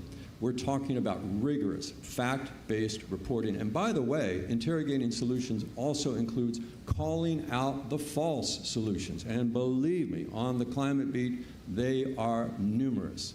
So expand our idea about what journalism means. And I'll finish by saying that we think that actually more and better climate journalism is itself a climate solution. Because until people understand what the problem is, but also how you fix it, you're never going to be able to get the kind of public pressure on governments, on businesses, on stakeholders throughout the society that is necessary. We have a project right now that Asahi is very involved with called the 89% Project. We started breaking this story in April, which comes from the fact that the latest social science, I've been covering climate change for 30 years. This is perhaps the most surprising story I've ever come across. 80 to 89% of the people on this planet want their governments to do more about climate change. But here's the kicker. That's an overwhelming majority, 80 to 89%. If any, and correct me if I'm wrong, my fellow journalists here, if we're covering an election and one candidate wins by 60% or 65%, we call that a landslide. This is 80 to 89%. This is a super landslide of people around the world who want this. And yet, the kicker is they think they're the minority. They think they're not 89%, they think they're 29%. And that's because they are not hearing through us, through the mass media and through social media, that message. This is the greatest triumph of the disinformation campaign that big oil, the lies of 40 years of big oil lies, they have convinced the world that we are polarized, hopelessly polarized on this. So polarized, we shouldn't even bother talking about it. It's impossible to solve this problem. That is, I won't use the word that comes to mind, that is a lie. And the 89% Project is reporting that the truth is quite different. There is an overwhelming majority, and we're doing another week of coverage right before COP30 to report that out. Again, I invite all the journalists who are listening, all the news organizations who are listening, please get in touch with us if you want to be involved. editors@coveringclimatenow.org. Thank you so much, Mark, and also thank you. You make our job much easier, too, when we launch reports, all we need to do is invite you, and then you invite everyone else in your covering. We will interrogate those reports, though. You will interrogate them, but we have an amazing turnout thanks to you, and thanks to making that appeal. And indeed, 89%, that's what we're feeling, but the perception is, I think, thanks to social media, that there's certainly not anywhere near a majority who want climate action, and there's a lot to do on that front. But I want to circle back, and David, I'm going to ask you just quickly maybe to react to just what you've heard here. Is there anything that surprises you, or is there anything that you'd like to highlight from the round that we just did? Well, first of all, it's really encouraging to just hear the support for solutions journalism. And I guess the surprising thing, I mean, my surprise is that the public clearly wants information that gives them a sense of agency. We call it hope with teeth. Hope is important, but it's not a weak thing, hope. Hope is a strong thing. It's something that Rebecca Solnit said, it's something you use to break down a door in an emergency. It's a strong thing. And one of the things, I mean, thinking about the SDGs, one of the things that I also want to hit home with is the idea of, I'll just say it very clearly. I have, in the last 35 years, I don't think I read a story that said anything positive about USAID in the news. And that's journalism. And now we have an institution that has crucially important to millions of children's lives, to their health, that most of the American public had no clue what it was doing and that it was doing anything good. And most people actually, frankly, have a negative perception. Oh, it's another wasteful government agency. That perception is a product of journalism. It is the normal product of journalism, the way we conduct it today. And it's criminal to have all of the good work and the hard work. I'm not saying it's a perfect agency. There's lots of problems, and yes, we should hold government accountable 100%. But to not tell that story is directly related to the underinvestment in the SDGs and the potential. I mean, infant mortality has been going down consistently until this year, and the public doesn't even know about that. All of the good work of hardworking people in villages and communities around the world, that is not a story, according to journalism, because it might be advocacy to talk about someone that's doing something that's not awful. I mean, the whole thing is, I just want to put across how genuinely crazy this is that we still keep this idea that this is helpful to the world. So, Can I just insert, and then I'd love to hear from Catherine, but I would say same goes for the UN humanitarian agencies who've just faced drastic funding cuts and have had to lay off thousands of staff, resulting in almost instant suffering in the same landscapes where USAID has now disappeared.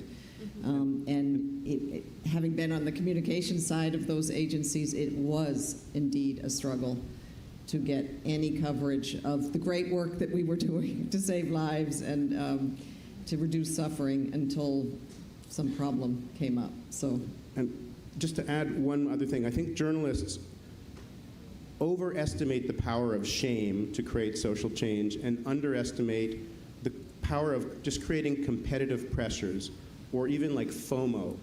Yeah. When we see local news organizations report on smart things that are happening in another community, people get angry. They're like, why aren't we doing that here? You can create tremendous pressure for change. You can sharpen the teeth of the watchdog by showing smart things that are happening in other places that is not happening in our community, or is not happening enough, or the people that we're voting for are not investing in enough. You can create pressure for change by showing what is possible, not just what is unwanted.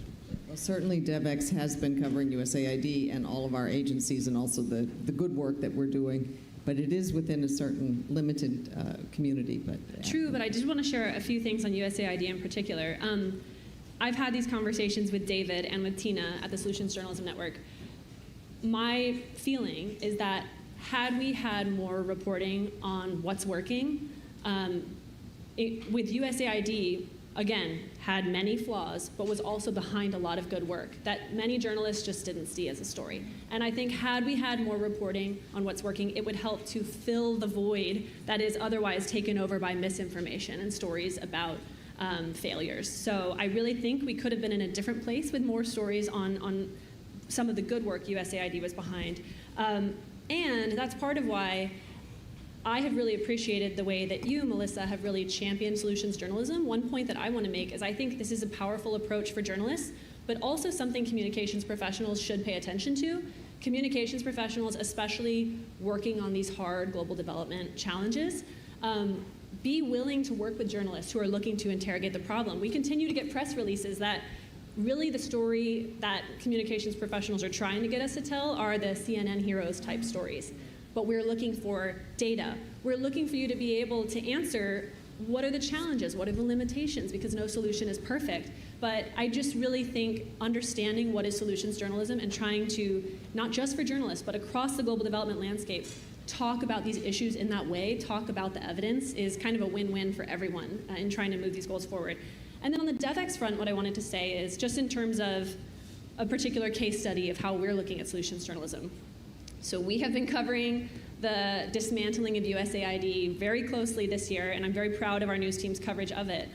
But in addition to covering the devastating impacts, we're also covering how is the sector responding. And I'll just give one very specific example. DevEx had events here during UNGA Week. I lead our live journalism, so I really built out those programs. And we kind of use the fact that USAID was dismantled as the starting point for the discussion. Like, the beginning of the conversation is, as we all know, this happened earlier this year.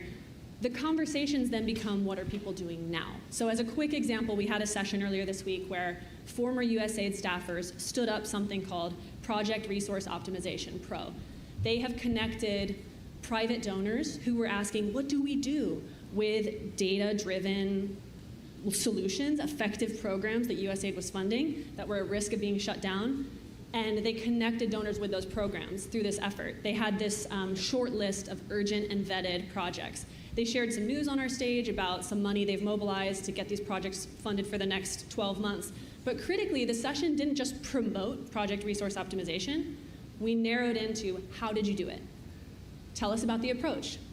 What was the evidence that it worked? What were some of the challenges you faced? And then critically, what were some of the learnings that you had in setting up project resource optimization? And I think there were learnings from that conversation for implementers who are in crisis right now, and for donors who are being asked to step up. Where do they find, things that they can support? And so I think that's just one thing I want to end with on USAID is, I wish we had had more reporting on some of the good work USAID was doing. I don't think we would be in the place we're in had we had more of that reporting. Now it's on journalists to look at how all of this important work continues. And it's not just USAID. Across the board, many bilateral institutions are stepping back. A lot of official actors are kind of moving out of this space. But there's a lot of exciting momentum too. Social enterprises, foundations, civil society organizations doing great work, and journalists need to be covering that story as well. Thank you so much for that and for bringing us into those discussions here at DevEx around UNGA. Very interesting that there's so much movement there, and you're covering it. I think we need to start an arm of Solutions Journalism Network that's called Solutions Communication Network too, because I feel very strongly as well that the communicators, not just in the UN organizations, but in institutions around the world that are serving the world, that we need to also adopt more strategic and more impactful communications based on solutions. So I'm not going to ask because you've been listening to all of these comments, and I'm sure you're brimming with some kind of reaction. Coyote, what would you like to add? Yeah, I have two examples, and I would say they're quite profound. The first one, I'm not sure whether I should share, but I think I will. News Central, we had a number of challenges, or we had a number of reports that some horrible, horrible things are happening in the northeast of Nigeria.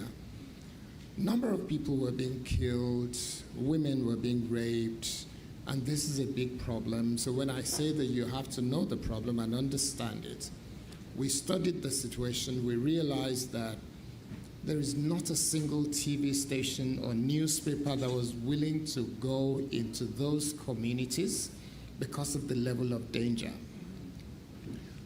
The Nigerian military will tell you that even us as military, we don't want to go there because the firepower and things like that makes it such that when we go, we have to go with serious arsenal and people. Now, one of my journalists, very brave young man, he said, MD, I can go. And I said, okay, fine, you can go. Who's going to be your cameraman? He said he will go alone. No cameraman, he will have his camera, he will have his mobile phone. And he did. And he went in there and he discovered that part of the problem is the fact that the military, their officers were colluding with the bandits and making it easy for the bandits to say nobody can come into these communities. He came back with video evidence, and we got to the point where we had to write to the Chief of Army Staff, Chief of Defense Staff, all the military people. We wrote to them and said, this is what is happening. We've got this documentary, exactly 27 minutes documentary, that is going to show everything. We need your response. So the first thing they did was to say, hold on, just hold on. Can we see some of it? We did share information with them. And then they went on to investigate and discover those military men that were doing this, and they said they were going to court-martial. They did. And when they court-martialed, they ended up removing those bad eggs from the military. I've had 2 interviews with the Chief of Defense Staff on the basis of the kind of work that we're doing. I know that we have only just about scratched the surface of finding solution to the problem in the northeast of Nigeria. Just scratch the surface. We've not been able to dig in deep. If every television station in Nigeria, and possibly even in Africa or the world, will say, let's go into those places and look for what the problems are, bring it out and share it, then we'll have a solution that would endure. The second thing that we've been doing is also the issue of town hall meeting. Even right here in New York, yesterday we got Nigerians in diaspora and we brought them into a place called Lagos TSQ, just around Broadway area, around Times Square. And we said, if you want a solution to the problem of Nigeria in terms of voting, what would it be? A lot of Nigerians in diaspora are saying, we send home over ₦1 trillion to Nigeria on an annual basis. We contribute to the GDP of the nation despite the fact that we're not there and we're doing so much, but we cannot vote. If we cannot vote, then we don't have any influence on the direction of the democracy or the government, and we cannot influence policy because we don't have the voting power. So we push for this. We've been having town hall for the last 2 years that I've been in office as the MD, and we have pushed this agenda. Fortunately, the National Assembly, the Speaker of the House of Rep has taken up this mantle. He's running with it to some extent. They've had the second reading in the House, and we're expecting that hopefully before the end of the year, they'll have the final reading and present to the President for an accent. And we know that that's only the beginning, because when we cross that hurdle, we're continuing to say, town hall meeting, let everybody continue to talk about it and put the solution on the table. But that's only the first part of it. The second part will now be domesticating it and making it possible for people to vote. If you're in America, you want to vote as a Nigerian, this is where you go to, this is how to vote, or this is how you vote by proxy, or you vote by posting your whatever it is, or doing it online. So all of that will happen. But we keep saying, News Central alone cannot do this. Every television station, newspaper must push for this to lead to not just solution, but development of the country and of the continent. Thank you. Thank you so much. Well, it sounds like you've had a lot of effect in changing government policy by reporting, exposing, and then this new novel way of holding town halls. I mean, the idea of coalition building, I think that's what within journalism Mark was with his organization, maybe you can start a similar group in Nigeria that is like covering climate now. It's maybe covering northern Nigeria now, because it would be much more powerful. Thank you for sharing that. We'll be happy to collaborate with everybody. Oh yeah, and there was a call to action too. So you need to. You didn't mention climate change, but I know it is a problem in Nigeria, and it certainly is. Thinking of the upcoming COP in Brazil, but Sandra, I just wanted to ask you, is there anything that really struck you about what was just being said in this round that you'd like to add? I was thinking that in countries like Nigeria and Brazil, education is a big issue. The journalists end up doing, people didn't realize that with the floods in Rio, the imbalance in the climate solutions were a big factor to them. And also vaccination campaigns and stuff like that. I think in the level of education that our countries have, I think instinctively we work in that sense to try and bring solutions to the communities anyway. I think especially in communitarian journalism, regional journalism, we tell people, go to this place to have a vaccination. Stop throwing garbage in the hills because it's going to flood your house.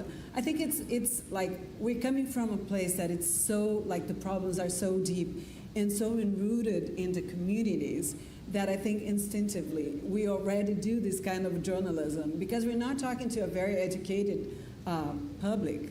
So we are constantly trying to remember people that we want to be part of the solution. We want to, and it's a big responsibility if you think about it, because you have to say the right things. And in this world with a lot of fake news and negationism around climate change, it can be a challenge.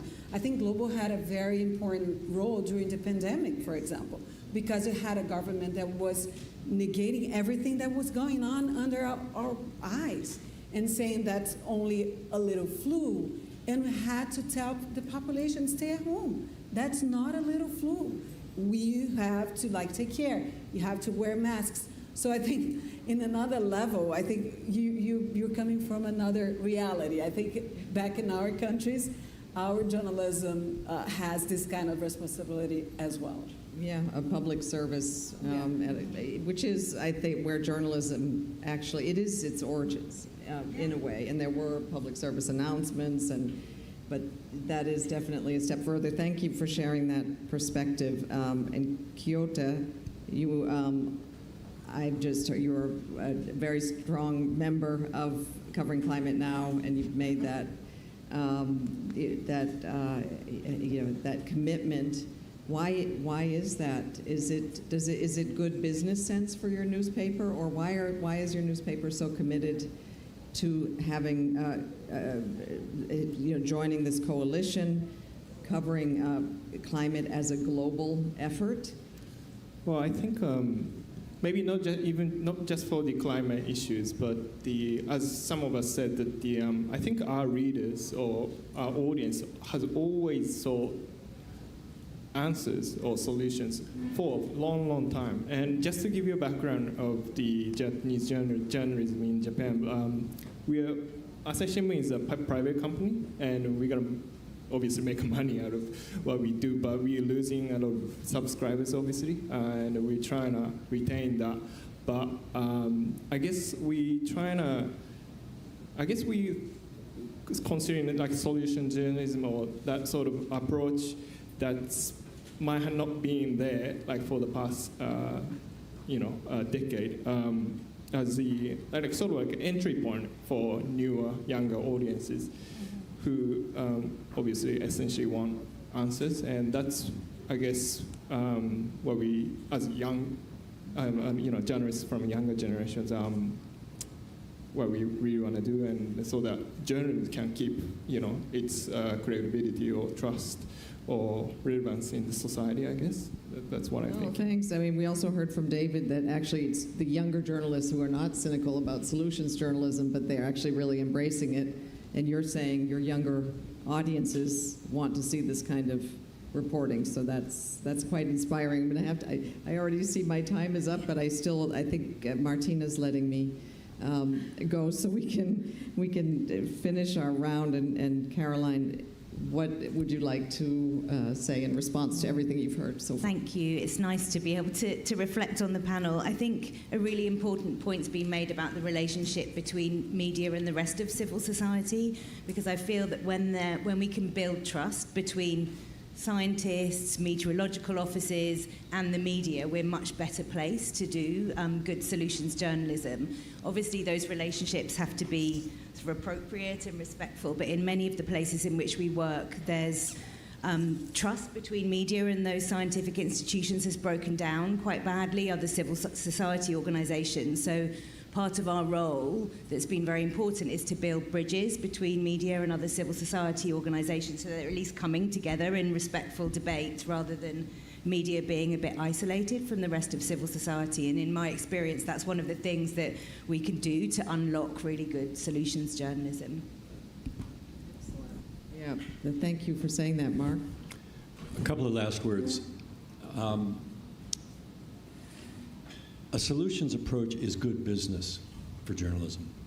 Journalism has a business model, traditional business model, that is in crisis. A lot of times when you all are complaining about what we're doing or what we're not doing, you're not bearing in mind that our newsroom staffs have been hollowed out because basically people aren't paying for news anymore, and because Google and Facebook stole a lot of our property, to be blunt. And one of the ways that we as journalists can respond to that is by focusing in on a lot of what we've been talking about today. So solutions journalism, the 89% project on climate, those are great stories journalistically, but they're also really smart commercially. It might be the only thing that can save our bacon, because you talk about building trust. That's how you get people to read your stuff, to watch your content. And this is why we think the 89% project is such a winning proposition, not just journalistically, but commercially. Because when you can say that there's 80 to 89% of the audience who wants climate action, that is not a sliver of your audience. That is not some marginal side. That is your audience. And if you are not speaking to your audience, guess what? They don't speak to you. If you don't show them in your coverage, they don't feel like that coverage is for them. But if you put their faces and their names and their quotes and their beliefs, not uncritically, but put them in your coverage, guess what? They're going to read your coverage. They're going to watch your news. And eventually, they might even start to pay for it, although, as my colleague from Nigeria says, the advertisers will come once they see that the coverage is there. And by the way, that's why The Guardian, which is our lead media partner, that's why The Guardian, almost alone among news organizations today, is profitable, because they have huge 88 million readers who feel like The Guardian speaks for them. And so even though you don't have to pay a dime to read The Guardian, they have huge numbers of people who voluntarily send money in. And as a result, then the advertisers want in, and the philanthropists want in. It's a three-legged stool. So that's the way we go forward, I think, leaning into solutions journalism approach, not uncritically, of course, at all. But there's a lot of ways that we can turn this around, but it requires us as journalists, as has been said by everybody, to break down this feeling like we're not part of civil society. We are part of civil society. And if we lean into that rather than lean away, I think civil society will realize, oh, we do need a thriving news business. So again, anyone who wants to get involved, it's free. Come join us at Covering Climate Now. Just email us at editors@coveringclimatenow.org. Repeat. That always works too. Thank you. Catherine, do you want just a final word? And Absolutely. Then I'm going to conclude with David. I'll be very quick. We're talking about solutions journalism and the SDGs. And the SDGs framework may be more or less relevant in your lives depending on if you're actively working on these issues or not. But just to broaden this out, if you care about making progress on our shared global challenges, climate or any other global challenge, you should care about solutions journalism. I believe this deeply because when people don't see that progress is possible, they tune out. And if people tune out, we're not going to make progress on these issues. But when people see that there is a way forward and feel that sense of hope and agency, they tune in, they take action. So again, broadening this out. And I would hope we all care about making progress on these global challenges. Certainly if you're here in person or tuning in, you care. Then you should also care about solutions journalism, whether you're a journalist or not. When people see progress is possible, they tune in. I know, just last thing, because I know the Solutions Journalism Network is actually trying to demonstrate the business case, and you're showing examples of newsrooms who've actually increased their readership or viewership as a result of incorporating solutions journalism. Yeah, there's research, lots of independent research that looks at trust, alternative sources of revenues, engagement, and impact, that looks at the different ways that solutions journalism contributes to that. And I would add for a fifth impact, like I've been a journalist, for more than 30 years now. I do solutions journalism because it makes my life meaningful. When I think about the stories that I would sort of put on my tombstone after I'm gone, there are a couple of stories that I've written. One in particular about a Head Start program that had demonstrated how to be really helpful to children who had trauma, 4-year-old kids who were unable to learn, unable to make friends because of their trauma. They had developed a trauma-informed approach that was producing success. I reported on it in the New York Times, ended up speaking to the woman who ran this program 4 years later, and she told me that 200 sites across the United States had replicated that program, including it had been incorporated in the New York City public schools approach to trauma because of the article. And when I think about going to sleep at night, the feeling of wow, I may have helped a lot of kids with that story. That's really, as a journalist, that's the most important thing to me when I feel about what gives my life and my work purpose. And I think that's really available to everyone who's a journalist. Well, that is a beautiful way to end this really enriching session on solutions journalism. Thank you, David, for sharing that. And I'm sure all of your journalism and all of your efforts are having tremendous impact, some seen, some unseen. Thank you for joining us. And this brings to the end our SDG Media Zone during the 80th UN General Assembly session. We have had in this SDG Media building on the plaza at the United Nations headquarters, 5 days of incredibly insightful and engaging panels, conversations, stories, and certainly people. So I would like to thank all the participants for coming with their ideas, with their solutions, and for pushing the boundaries and working in everything that they do for the betterment of our world. I would especially like to thank our media partners from all over the world who are helping to amplify these conversations and truly make the SDGs a global call to action. We can have amazing conversations in here, but if nobody hears them or sees them, then that doesn't help us very much. So thank you so much to our media partners. And finally, it took a huge team, my team, to pull all of this together, but also the Public Foundation is absolutely essential, instrumental. We couldn't do it without you. Thank you so much for this incredible collaboration and for helping us bring this SDG Media Zone to life. Thanks.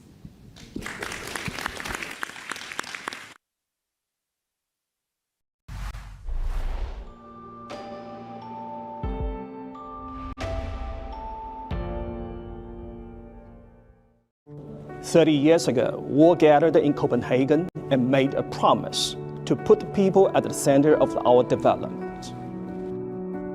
This November, we will meet again, this time in Doha, for the Second World Summit for Social Development. This summit comes at a critical moment. Inequalities are widening, trust is eroding, communities are struggling with conflict, climate change. This is not the story of an institution. It's the story of people.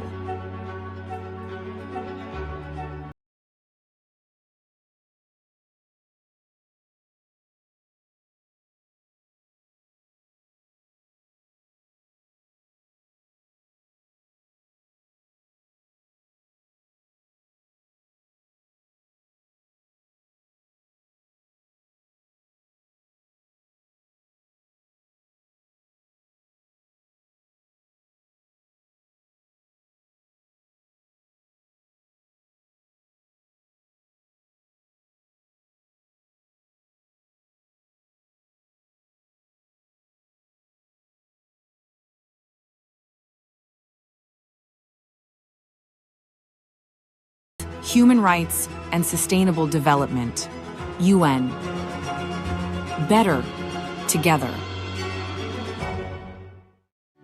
This exhibition is to mark the UN's 80th anniversary, 80 years of actually having an incredible impact on the world. Some of the pictures depict very surprising ways that most people don't know that the UN has impacted the world, like telecommunications regulations or the UN postal system. A lot of the UN agencies are represented, but it's not about the UN, it's about the people who have benefited from the UN. The people in these images are not simply posing for a photo. They are posing a question: what else is possible if the world put more effort into forging shared solutions? Raging conflicts, deepening inequality, runaway technologies, and a burning planet, none of these will fix themselves, and no one nation can fix them alone. We must work together, recognizing our shared humanity and building our shared future. What's unique about this exhibit is we have 24 of the 200 photos exhibited here at UN headquarters. The UN information centers around the world are going to be printing images for exhibits to mark the 80th anniversary of the UN wherever they are. So it really is a global exhibit. Do you think a coral is an animal, a plant, a mineral, or a microbe? And the actual answer is it's all four. The nature in the Seychelles is amazing. The marine life in some of the islands are quite pristine. It's only when we noticed the impact of climate change that we understood that everything was changing in the ocean, from plankton to sharks to tuna to coral reefs. Many of the reefs have died, many of the corals are no longer with us, so it's quite important that restoration and then conservation takes place. At the moment, we've just been cloning corals. We've been cutting little pieces, growing them in underwater nurseries and planting them. So there's not a lot of genetic diversity in this. But the moment that you enter the world of sexual reproduction, which is what with the spawning lab we're going to do, you get a huge diversity of corals because they're sexually reproducing, and even within a species, there may be variants, there may be individuals that are stronger and more resilient to climate change. So that's the beauty of it. You can breed corals and you can create some novel genotype.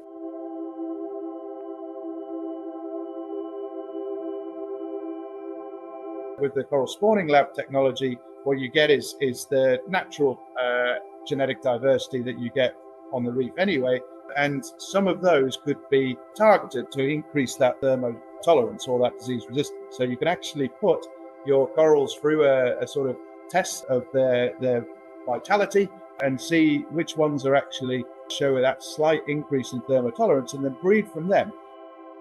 If you start pulling all this really cool science together and all this really cool technology and tools made all around the world, then you really start to find true solutions to really making a big change in our ocean.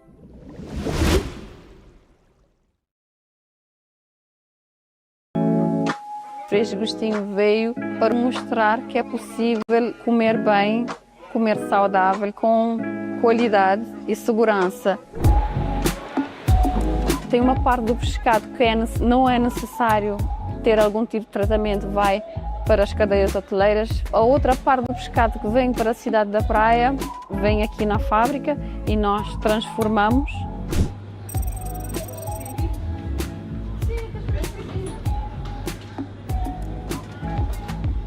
Existem algumas espécies que têm estado sob pressão.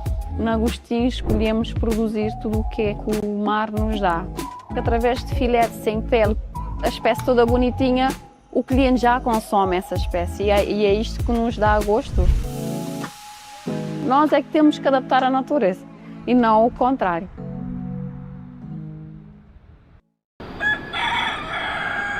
Minha pai levantava logo cedo estava piscava na beira-mar, acompanhava ele, que logo amanhecer, peixe estava na cardume.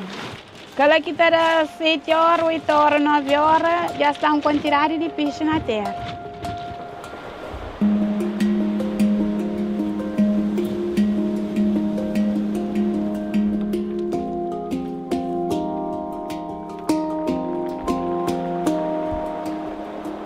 Antigamente, ele vestia 12 reais, 13 reais na porto por dia para morrer uma quantidade de peixe enorme. Mas gosto nem mais para longe, que está aqui quando mais será a beira de porto. Ganha que 3 peixes ali de rasta-bote, às vezes vem mais. Hoje a pesca foi normal.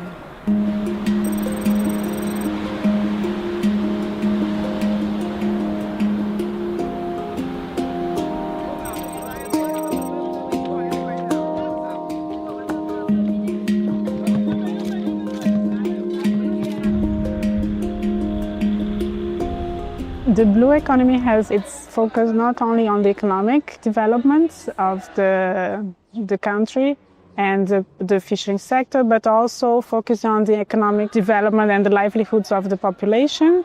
So it's a more integrated, more inclusive, and a more sustainable approach.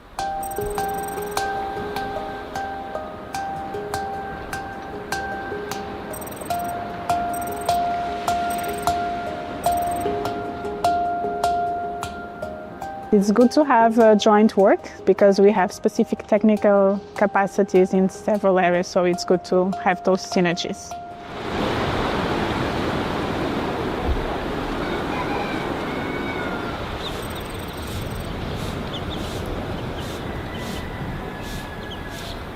No assunto de embarcação que está parado, alguns é falta de isca. Para morrer esta época que está apanhado demasiadamente, tá fica estragado mais tarde, não está bem mesmo que está tempo para morrer, que está respeitado. Mas também tem muito que está parado que é falta de motor. Tem alguns que está a mar a remo. Então, aquele que está a mar a remo, aquele que está pisca perto de Caraca, é que não rendimento, principalmente para quem é chefe de família. Então, a nós que lá é coisa disposto, quem está presidente da associação, já não entra com pedido no Ministério de Mar, prometendo que ele proposta de 50%, mas apoiando nós como motor. Então, se vocês não apoiar como motor, tudo quem é chefe de família tem que viver essa vida normal.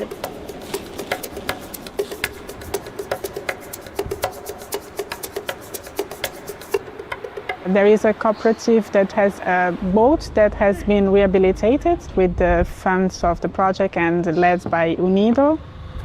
Desde 2013, quando eu criei aquela associação, foi no intuito de arrecadar peixe para abastecer a cantina escolar. Professores falando, alunos que se presta atenção na sala para morrer e alimentação que seja suficiente. Não está põe arroz, não está põe sopa, não está põe pinto. Sempre não está faz aquela questão de ter uma boa alimentação para a criança da escola. Nunca está hoje a solicitação, não. A nós desde já que não está conseguindo barco de maior porte. مصير الصحراء المغربية ودائما المغربية كما شفتوا معنا عاصمة الأقاليم الجنوبية حاضرة بقوة. هنا أجواء رائعة بمدينة العيون، أجواء رائعة كما شفتوا معنا مشاهدي الكرام، حضور جميع ساكنة مدينة العيون هنا من أجل هذا اليوم، من أجل هذا العرس من أجل هذا العرس هنا من قلب الصحراء المغربية.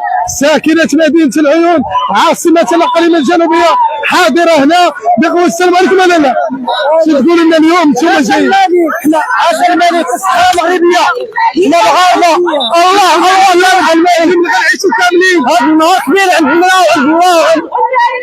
هذا النهار كبير عندنا احنا فرحانين.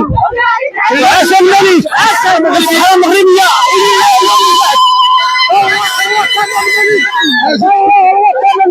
السلام عليكم.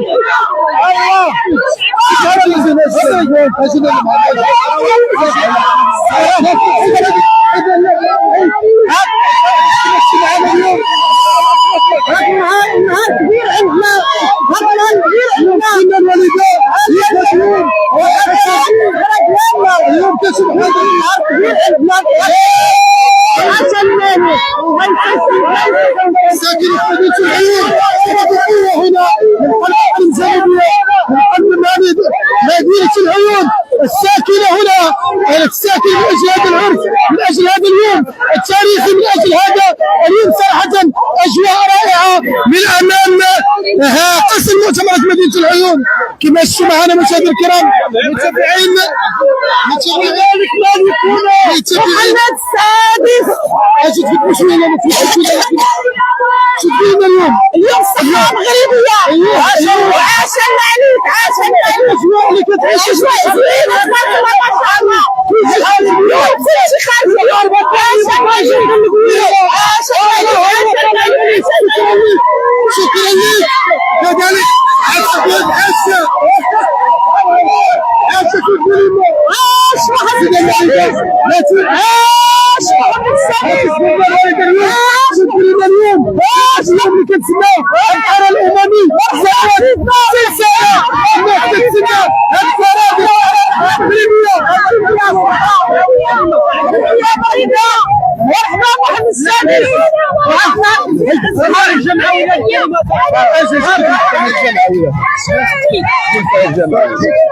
السلام عليكم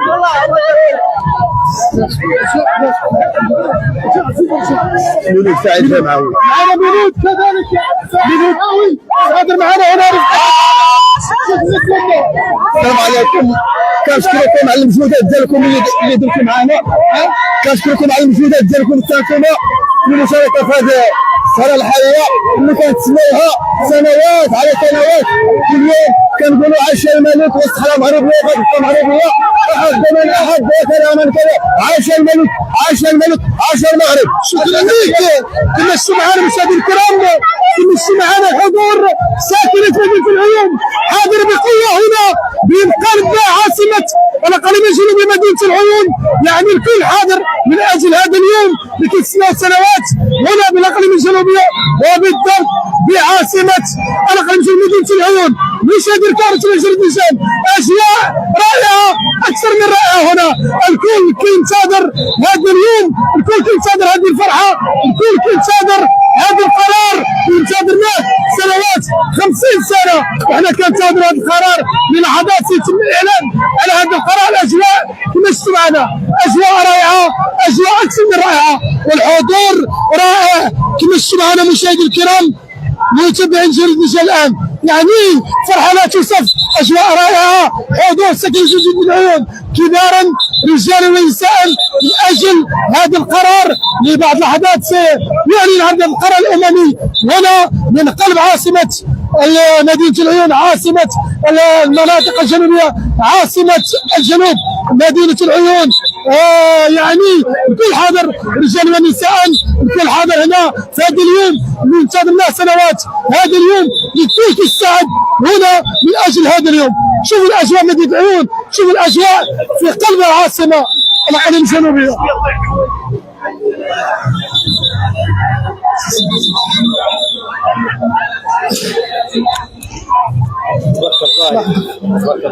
يعني مشاهدينا الكرام متابعين جريدة الان حضور جميع ساكنين مدينة العيون شوفوا الاجواء هنا حضور جميع ساكنين مدينة العيون من اجل هذا اليوم من اجل يعني اكثر من 50 سنه والساكنه حاضره باش تعيش هذه الاجواء يعني لحظات وسيتم الاعلان على هذا يعني كما كنقولوا الان في من اجل يعني القرار اللي غيفرحنا ماشي كمدينه غيفرحنا كمغاربه من طنجه للقويره غيفرحنا كأمة عربية كذلك دول شقيقة اللي كتآزر دولتنا الحبيبة دولة المملكة المغربية اللي صراحة إلى كان نوجهوا رسالة لصاحب الجلالة الملك محمد السادس نصر الله وأيده كنطلبوا الشفاء ملك البلاد ملك اللي ما نقدروش نقولوا ما كاينش بحاله في صراحة ملك اللي قريب من شعبه ملك اللي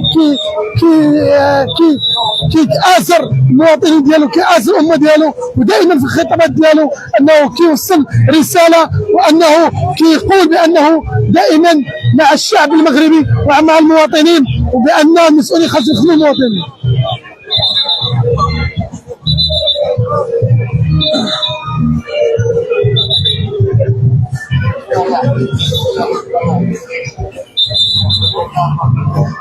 مشاهدينا الكرام متابعين جريدة نشا الآن أجواء رائعة، أجواء رهيبة هنا بقصر المؤتمرات، وهنا من قلب مدينة العيون، وهنا من قلب الصحراء المغربية، هنا الأعلام المغربية، هناك نساء أطفال رجال، الكل حاضر هنا باش أنه يسمع القرار الأممي، القرار اللي كنتسناه طيلة 50 سنة، يعني الكل حاضر هنا، نساء رجال أطفال شيوخ قبائل، يعني رجال شرطة، قوة مساعدة، الدرك الملكي، وقاية مدنية، الكل حاضر هنا باش يعيش معنا هذه الأجواء، باش يشوفوا هذه الأجواء الرائعة صراحة اللي كنعيشوها.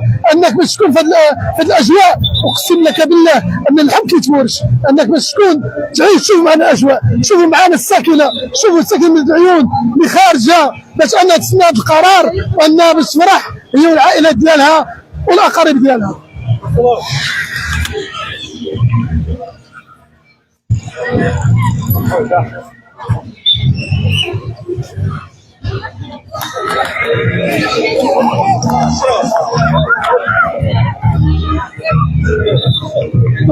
برافو عليك. على خير بس مبروك يا فندم.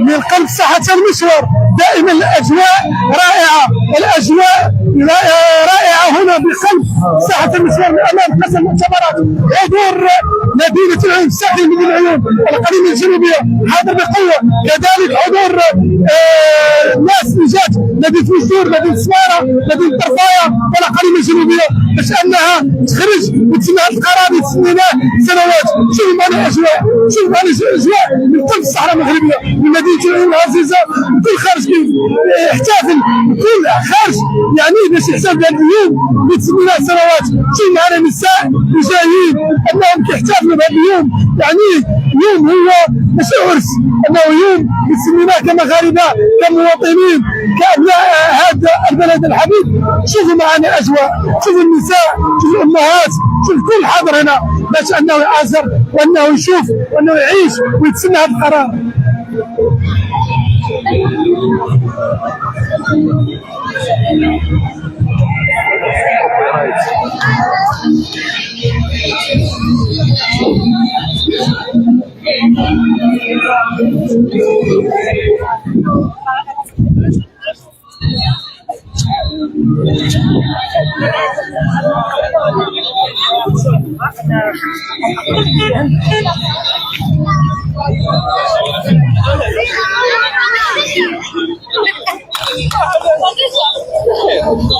هذا المرسل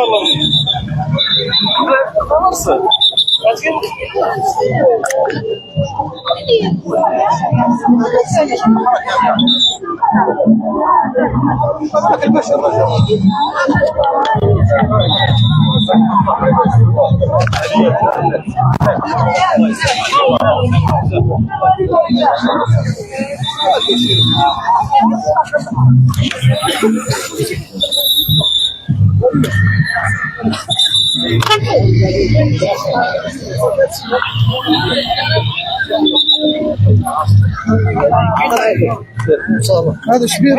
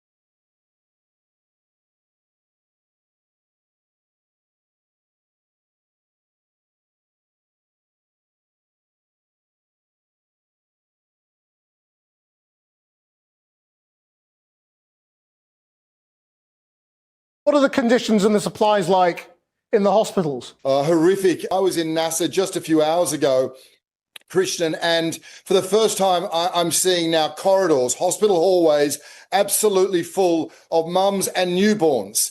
Babies who are premature now. In the first 6 months of this year, 1/3 of all births are either premature or underweight, or they went straight to the ICU. So I'm meeting a little baby who was in ICU for 21 days and is now in a hospital hallway. These are first-rate hospitals, but they're just absolutely overrun. I've not seen this before, where we are literally talking about scores of babies. I've met women who've had miscarriages fleeing to the south. I met a mum in a tent 2 days ago, Noor, who should be eating for 3 because she's 9 months pregnant, Christian, with twins. She's barely eating for 1. She spoke about, with her first child, the cravings that mums have. Her cravings are just for food. So the situation for mums, for newborns, is absolutely the worst it's ever been after 2 years of this. So do you have any sense of what that means for, what they call excess deaths? This is, not people killed by bombing or starvation, but people who are dying because of the conditions there. We don't. I mean, one woman who had a miscarriage.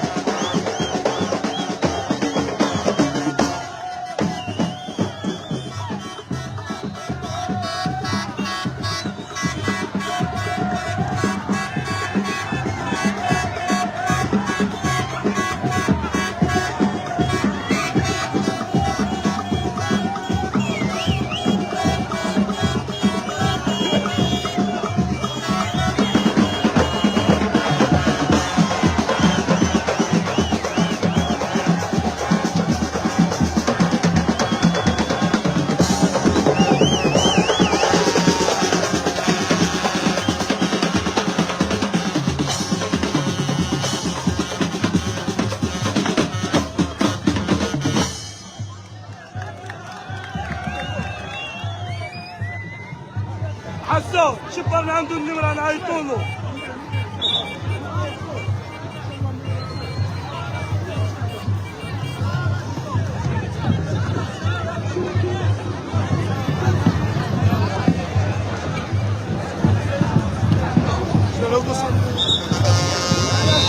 هادو كاع يبداو هادو كاع يبداو خلينا هنا كيدير لي كلشي الصحابه شكون هو؟ خلي خرج كمل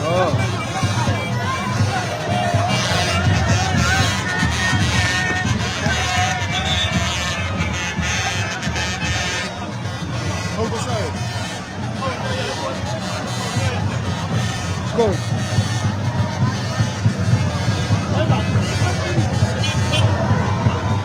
شبر لي التليفون شبر لي عندي اللايف عندي الساعه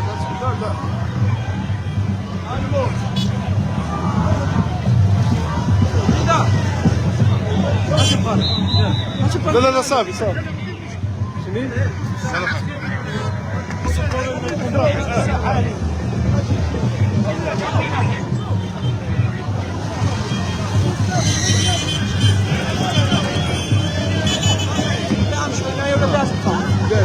شوف الساعد فين هو صافي الساعد كله فات الساعد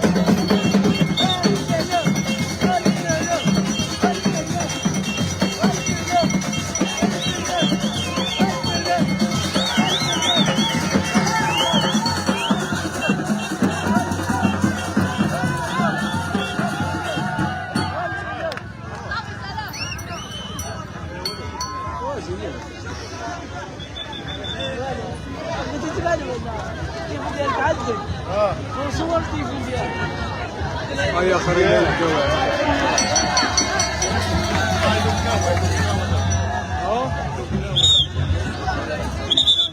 لا لا ما فيش العيد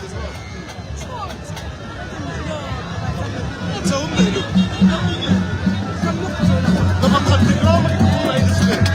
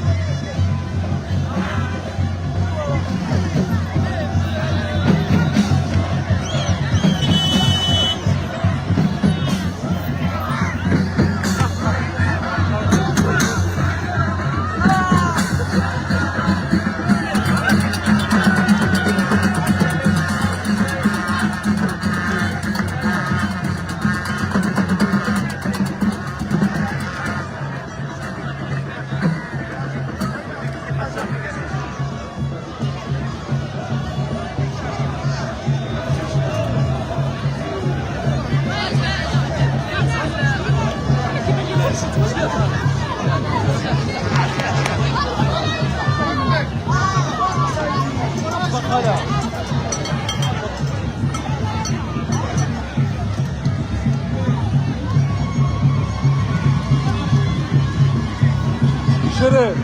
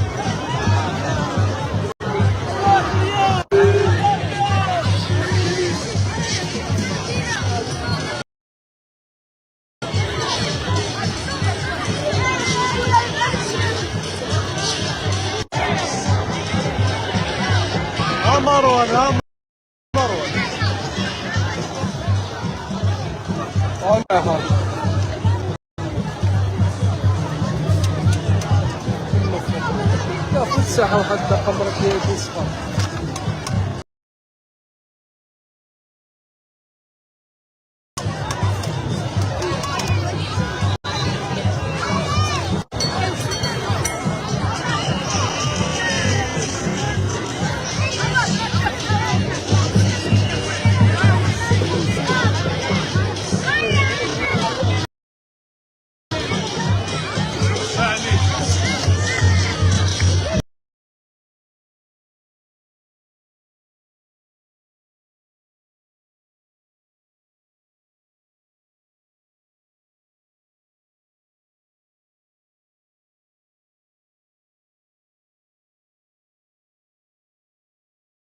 Review of the United Nations support mission in Libya.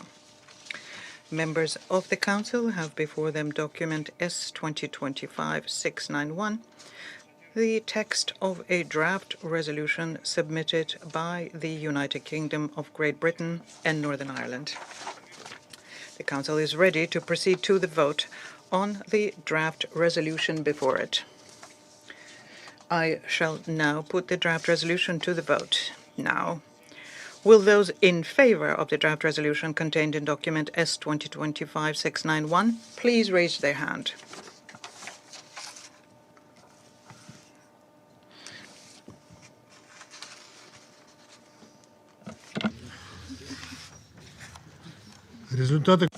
The result of the voting is as follows. The draft resolution received 15 votes in favor. The draft resolution has been adopted unanimously as Resolution 2796 of 2025.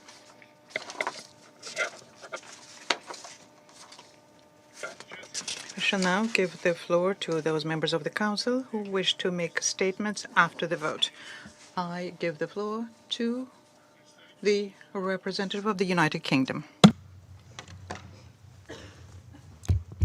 Thank you, President.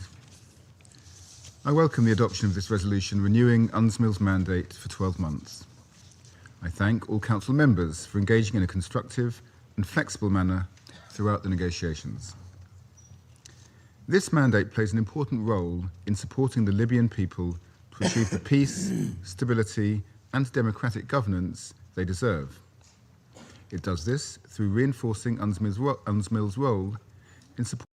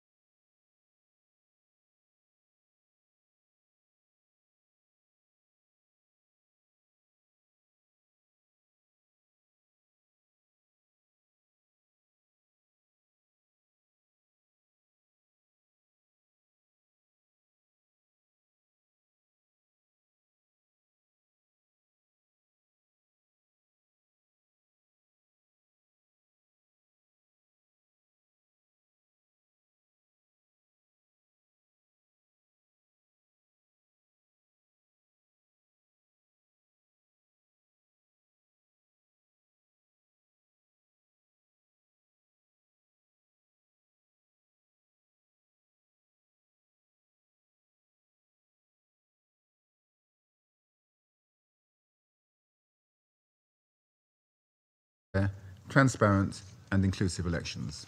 I thank you. I thank the representative of the United Kingdom for his statement. I now give the floor to the representative of Algeria. Thank you, President. I have the honor to deliver this explanation of vote on behalf of the A3+ member, Guyana, Sierra Leone, Somalia, and my own country, Algeria.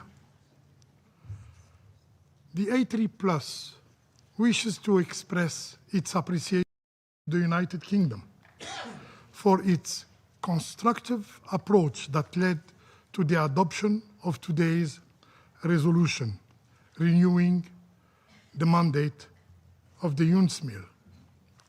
We voted in favor of this resolution as a demonstration of our continued support for UNSMIL's role in assisting Libya's effort to foster peace, stability, and dialogue. President, Libya stands at a crossroad in its modern history, a moment that requires the full attention of the international community. The A3 Plus underscores the need for any political roadmap facilitated by UNSMIL to be firmly anchored in Libyan ownership and leadership, and to offer a pathway to ending the protracted transitional phase through free, fair, and transparent national elections. By doing so, we can lay the foundation for unified institutions that genuinely reflect the will of the Libyan people. We therefore support the call for UNSMIL to implement the recommendations of the strategic review in close coordination with the Government of National Unity. This includes maintaining the support for a political solution at the core of the mission's mandate, streamlining UNSMIL work streams to advance Libya's political process, and creating a dedicated economic section within UNSMIL. In this context, we wish to underscore the importance of adequately equipping UNSMIL, both in terms of financial and human resources, to fully deliver on its mandate. Mr. President, UNSMIL continues to face tremendous challenges in its effort to stabilize Libya, especially in the face of increasing external interference. The A3 Plus is appalled by the unprecedented flow of weapons into Libya by both sea and air, a reality that has been documented time and again, yet for which this Council has failed to ensure accountability. Such persistent inaction not only emboldens violators, but also gravely undermines the credibility, the authority, and the moral standing of our Council. The A3 Plus also reiterates its call for the immediate withdrawal of all foreign forces, all foreign fighters, all mercenaries from Libyan territory. Libya's sovereignty, independence, and territorial integrity must be respected. On another matter, the A3 Plus remains seized on the continued erosion of Libya's frozen assets, resulting from mismanagement by certain financial institutions. We also deplore the non-implementation of paragraph 14 of Resolution 2769, which authorized the reinvestment of frozen cash assets by the Libyan Investment Authority. We therefore demand the issuance without further delay of an implementation assistance notice to be disseminated to all relevant financial institutions. President, the world watches us. مذكرة للمساعدة في التنفيذ بدون أي تأجيل، وأن توزع هذه المذكرة على كل المؤسسات المالية المختصة. سيد الرئيس، العالم يتابعنا، وشعب ليبيا ينتظر منا العمل على هذا المجلس أن يتخطى الإدلاء بالكلمات الدبلوماسية الفارغة حتى يحقق نتائج ملموسة قادرة على كسر الحلقة المفرغة من العمليات الانتقالية في ليبيا. لا يمكن لنا أن نتردد، والفشل هو عبء لا يمكننا تحمله، والتاريخ سوف يصدر حكمه علينا. واجب علينا أن نحقق هذه وننفذ هذه المسؤولية التاريخية التي نتحملها نحن جميعا تجاه الشعب الليبي. علينا أن نواجه أخطاء الماضي ونخط الطريق لتحقيق السلام، الاستقرار والعدل الدائمين في ليبيا. وشكرا. أشكر مندوب الجزائر الذي تحدث باسم مجموعة A3 زائد، وأعطي الكلمة لمندوب الولايات المتحدة. شكرا سيدي الرئيس. سيد الرئيس، تشير الولايات المتحدة إلى جهود الأنسبل والممثل الخاص للأمن العام بدايته وخارطة طريقها، ونحن نريد أن نرى حكومة واحدة موحدة قادرة على صون سيادة ليبيا وتحمل مسؤولية أمنها وتوفير الفرص التجارية التي تعود بالمنفعة المتبادلة.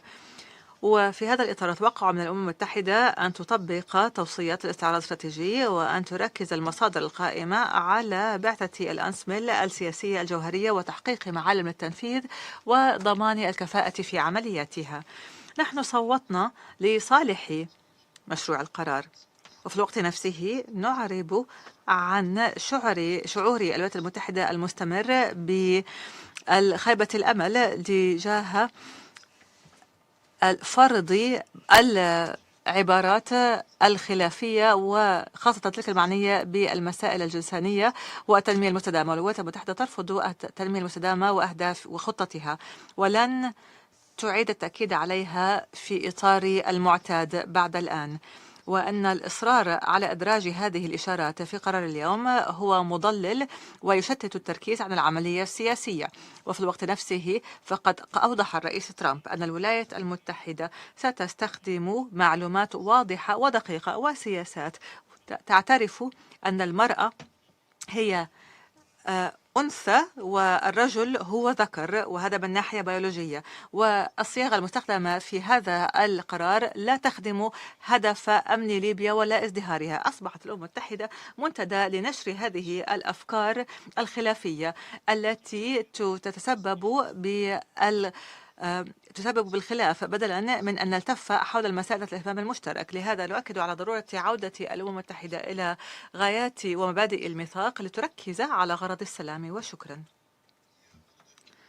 أشكر مندوب الولايات المتحدة الموقر على هذا البيان، وأعطي الكلمة الآن لمندوب أو مندوبة فرنسا. شكرا سيدتي الرئيس.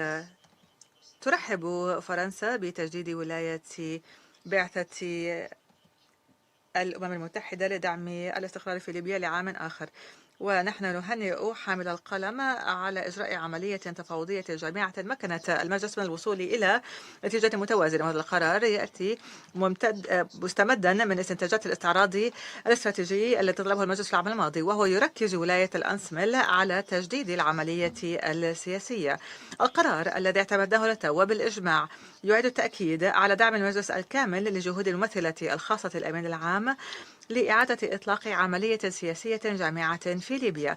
وفي هذا النص يعرب المجلس عن تأييده الواضح لخارطة الطريق التي قدمتها الممثلة الخاصة في 21 من آب أغسطس، والذي يأتي مبنيا على دعائم 3 رئيسية تدعو بلاد كل الأطراف المعنية إلى التعاون لغرض تحقيق خارطة الطريق هذه حتى تتوجه البلاد إلى انتخابات رئاسية وبرلمانية. إننا بدأنا نشهد مسارا سيمكن ليبيا من استعادة سيادتها واستقلالها، وهذا أمر يستدعي دعما ثابت من المجتمع الدولي. وشكرا. الكلمة للصين. شكرا سيدي الرئيس. ترحب الصين باعتماد القرار 2796 بالإجماع، ونشكر جهود حمل القلم في هذا الإطار. في وجه الجمود الذي تواجهه ليبيا، تلعب بعثة الأنسمل دورا يمكن الاستغناء عنها في إعادة السلام والاستقرار إلى ربوع ليبيا، ونحن ندعم تجديد مجلس الأمن لولاية البعثة، ونتطلع قدما لقيادة الممثل الخاصة الأمين العام تتجه المستمرة للبعثة.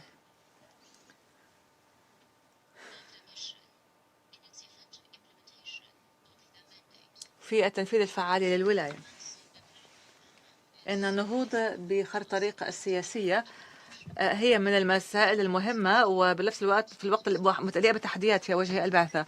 ونحن نؤيد إبرام مشاورات مع الجهات الليبية والوصول إلى توافق الآراء للمضي قدما بتنفيذ المطلوب كإعادة توحيد مؤسسات الدولة. وإن غاية بعثة الأمم المتحدة القصوى هي زيادة الكفاءة والفعالية والأثر عبر ترتيب طرائق عملها. ونحن نأمل أن يتم تطبيق توصيات الأمين العام في إعادة تحديد سبل عملها بطريقة تركز على تقديم الدعم الملموس لليبيا وتحقيق تحسن ملموس في كفاءتها. ويجب تحقيق غاية هذه العملية السياسية أولا عبر المصادر القائمة، يأتي ذلك بتكييف الهيكل المؤسسي. وتؤكد الصين على أنه ودون إطلاق عملية سياسية جامعة لن يتحقق السلام الدائم في ليبيا، ودون الوحدة الوطنية لن يتحقق الاستقرار ولا التنمية.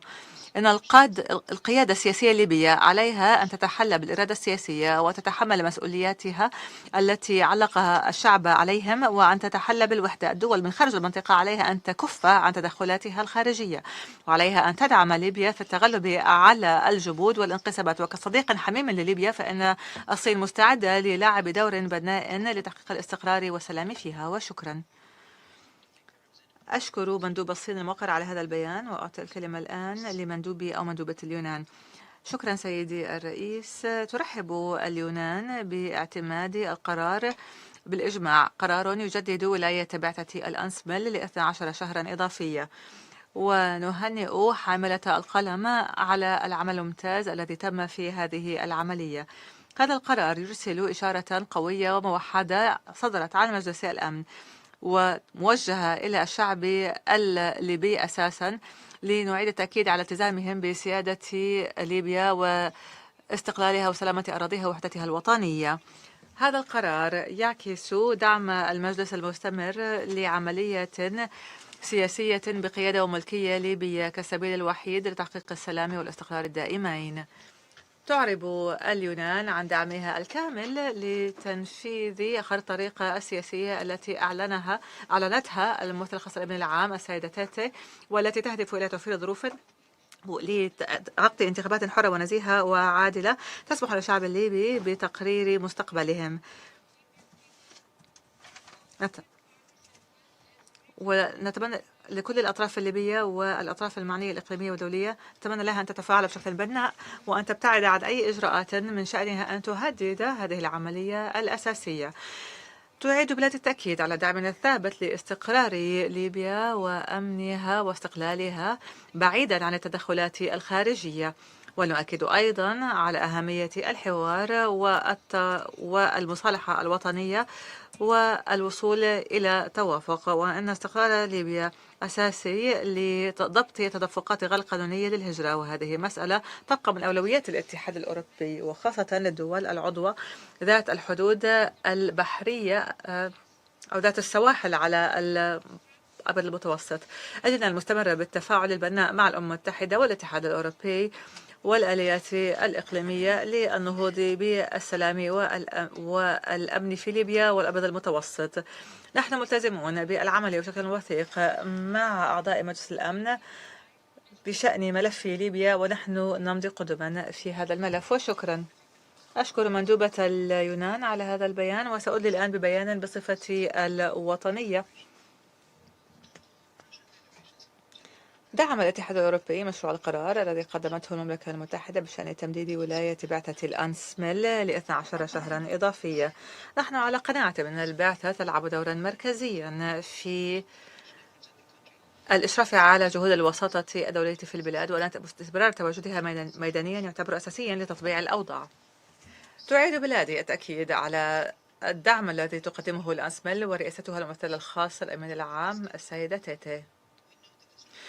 نشير إلى النهج البناء الذي اعتمده مقدمو القرار في المفاوضات التي جرت على النص، وتجعل الإشارة إلى أن الوثيقة تعكس أهم التوصيات التي صدرت عن الاستعراض المستقل الاستراتيجي الذي قام به الأمين العام بشأن الأنسمل، ويؤكد على أهمية أعمالها في إطار الظروف القائمة. مثلا يحدد القرار بوضوح ضرورة تركيز البعثة لجهودها على النهوض بحل سياسي للنزاع في ليبيا وتوسيع تواجدها في كافة أرجاء البلاد بما في ذلك في بنغازي وغيرها وسبحة. وهذا القرار يؤكد أيضا على أهمية تنشيط الدعم المقدم للشعب لعملية السياسية الليبية بما في ذلك عملية برلين بمشاركة كل أفراد هذه الصيغة. المرحلة الانتقالية في ليبيا قد امتدت ولفترة طويلة جدا، وإن انعدام اليقين كلما طال كلما ازداد تعقيد المشاكل، ولهذا نأمل أن يكون تجديد ولاية البعثة هذا مساهما في تعزيز فعاليتها ودعم الحوار الليبي. أستأنف مهامي رئيسا للمجلس. لم تعد هناك أي طلبات أخرى للحديث. رفعت الجلسة. Don't go anywhere. We continue.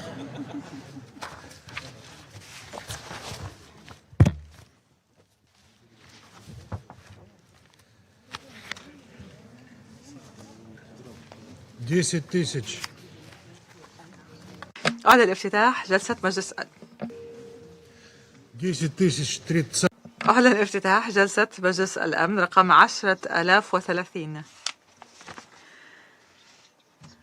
جدول الأعمال المؤقت لهذه الجلسة. الحالة في الصحراء الغربية. اعتمد جدول الأعمال.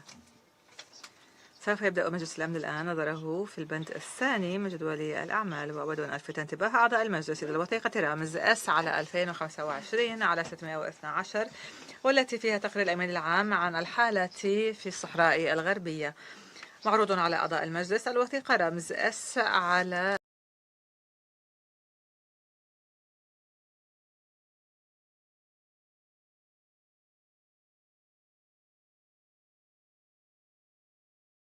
في الصحراء الغربية. اعتمد جدول الأعمال. سوف يبدأ مجلس الأمن الآن نظره في البند الثاني من جدول الأعمال، وأود أن ألفت انتباه أعضاء المجلس إلى الوثيقة رامز S على 2025 على 612، والتي فيها تقرير الأمين العام عن الحالة في الصحراء الغربية.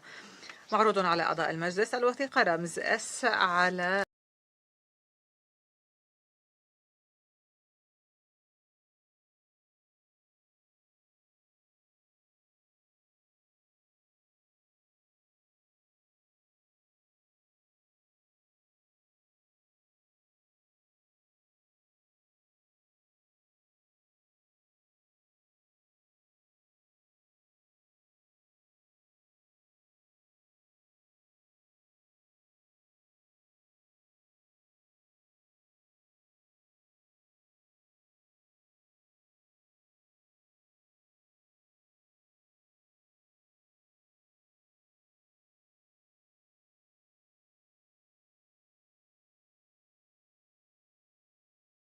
today's historic vote, which seizes upon this unique moment and builds on the momentum for a long, long overdue peace in Western Sahara. We commend Personal Envoy de Mistura and his vital diplomatic efforts and recognize the UN's key role in creating a new era of peace and prosperity for the region. We note also the important role played by MINURSO in supporting the Personal Envoy to achieve a mutually acceptable solution and support its mandate extension through October 2026. We are also thankful for the Council's constructive engagement, and I personally thank everyone here who has engaged in this draft, that we've made a sustained effort, we've made a genuine effort to incorporate everyone's proposals, and they were quite numerous from across the Council. The United States is resolute. President Trump is resolute in his support for peace. We are deeply committed to supporting a mutually acceptable solution in the Western Sahara, and we are deeply committed to resolving this issue, this long-standing issue. We urge all parties to use the coming weeks to come to the table and engage in serious discussions using Morocco's credible and realistic autonomy proposal as the only basis for a just and lasting solution to the dispute. And we believe regional peace is possible this year, and we will make every effort to facilitate progress towards this shared goal of peace and prosperity for the people of Western Sahara. Thank you, Mr. President. I thank the representative of the United States for his statement. I now give the floor to the representative of Algeria.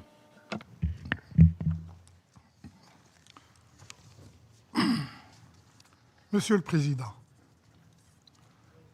Mr. President, my country did not participate in the vote on this draft resolution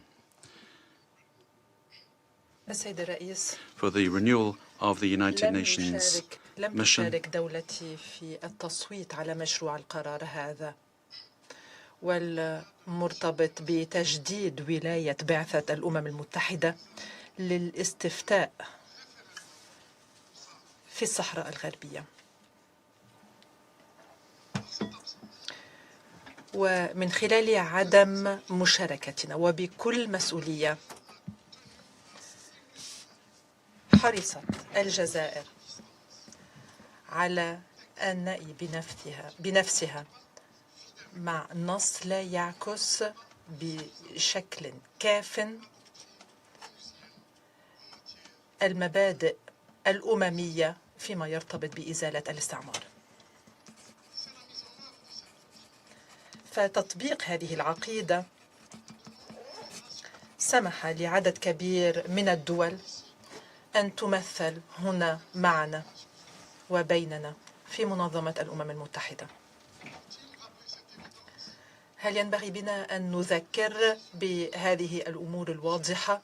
فالمقرر النهائي للمستقبل لا يمكن أن يعود إلا إلى الشعوب التي لا تزال ترزح تحت الاستعمار.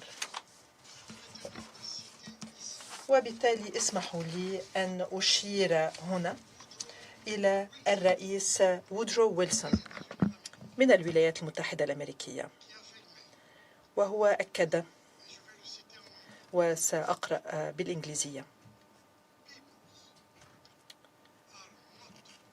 لا يمكن أن نسلم شعوب من سيادة إلى سيادة أخرى من خلال مؤتمر دولي أو تفاهم بين أطراف متنازعة ومتعارضة، فالتطلعات الوطنية لا بد من احترامها. فالشعوب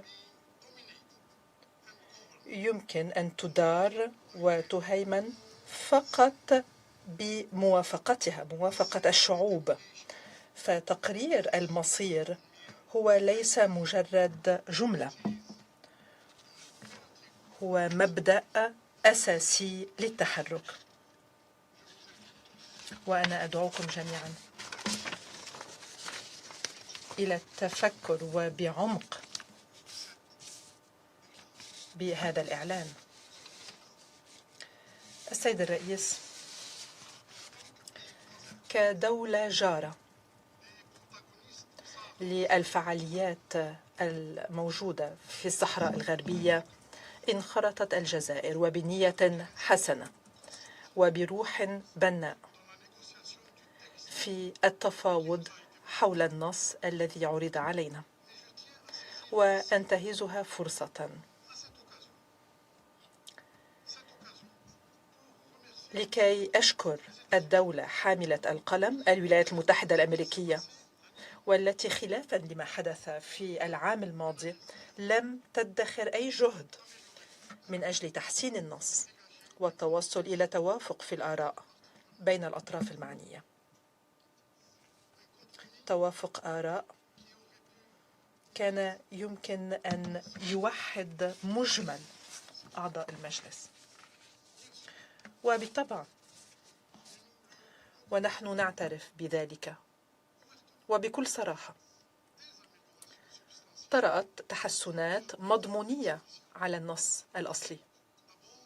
أولا، من خلال التذكير بالمعايير الأساسية من أجل التوصل إلى حل عادل ومستدام للنزاع المرتبط بالصحراء الغربية.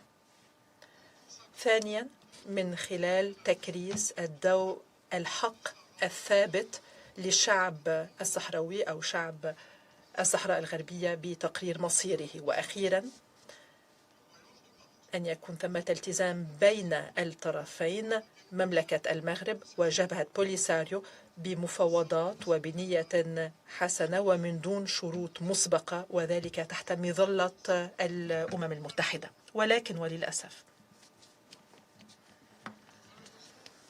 وللأسف النص الذي طرح علينا أخيرا يعاني حتى الآن من شوائب ونواقص، فهو دون مستوى التطلعات والتطلعات الشرعية لشعب الصحراء الغربية الممثل بجبهة بوليساريو. هذا الشعب الذي منذ أكثر من 50 عاما يقاوم لكي يحدد هو وحده مصيره. ما هي النواقص التي يعاني منها هذا النص؟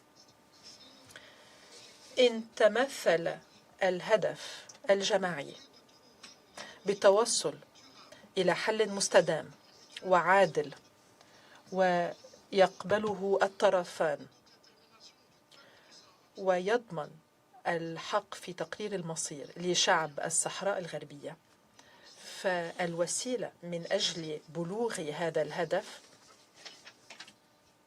هذه الوسيلة تثير تساؤلات شرعية، وأنا أشدد على ذلك. إطار المفاوضات المقترحة يطرح خيار مقابل خيارات أخرى ويمنع التحلي بالروح الخلاقة وبالمرونة المطلوبة، وذلك من أجل التوصل إلى اتفاق يتم التوصل إليه بشكل حر وتطبيقا لعقيدة الأمم المتحدة بالنسبة لإزالة الاستعمار. عطفا على ذلك، ينظم هذا النص خلل في التوازن بين الطرفين المتنازعين، ويركز حصريا على طموح أحد الطرفين فيما يرتبط بالأراضي، ويسكت عن تطلعات الطرف الآخر. وهنا أتحدث عن الشعب الصحراوي الذي يطالب بالحرية. والبرهان هو أن النص لا يأخذ بعين الاعتبار مقترحات جبهة بوليساريو، بالرغم من أن هذه المقترحات أحيلت مؤخرا إلى الأمين العام للأمم المتحدة ومجلس الأمن، وتم إصدارها في الوثيقة حاملة الرمز S شارطة 2025 شارطة 664.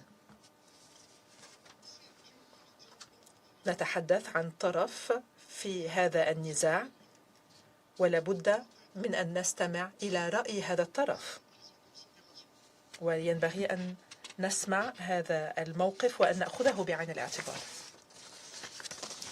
ويثير هذا النص أخيرا،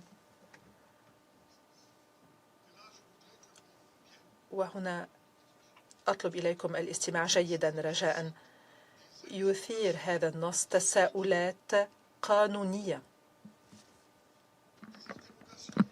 تساؤلات خطيرة وجدية وشرعية بشأن الأسس القانونية لإطار التفاوض المقترح من أجل حل النزاع في الصحراء الغربية.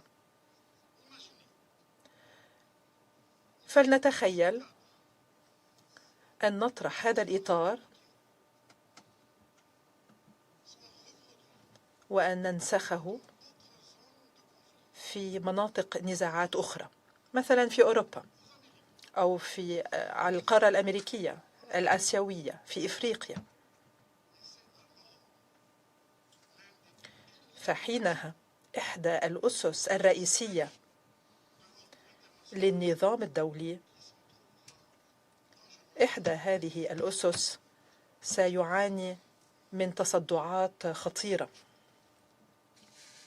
السيد الرئيس، نحن كنا بحاجة إلى جهد إضافي، وهو ضروري وكان يمكن أن يكون حاسما،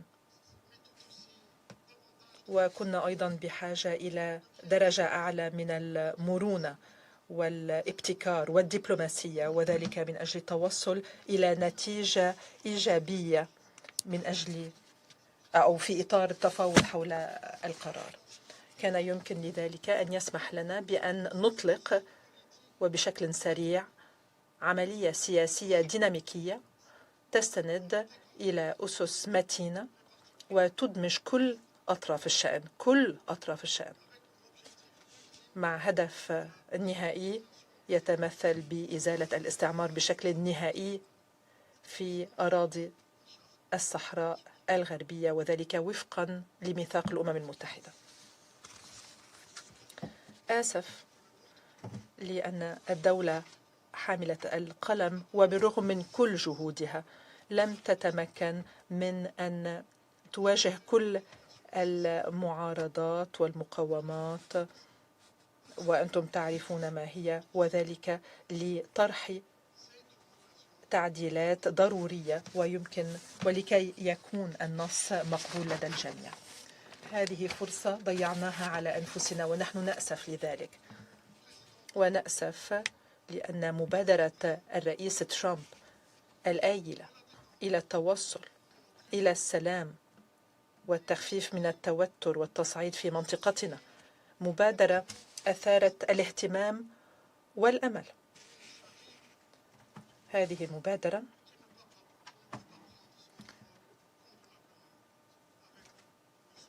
تعذر عليها أن تضمن انطلاقة مؤاتية بدعم فعال من كل الأطراف المعنية، وبالفعل هذا القرار لم ينشئ على الأقل حتى الآن الزخم والشروط الضرورية للنجاح. نجاح كان يمكن أن يضمن انتصار الجميع ولكي لا يكون ثمة منتصر ومهزوم.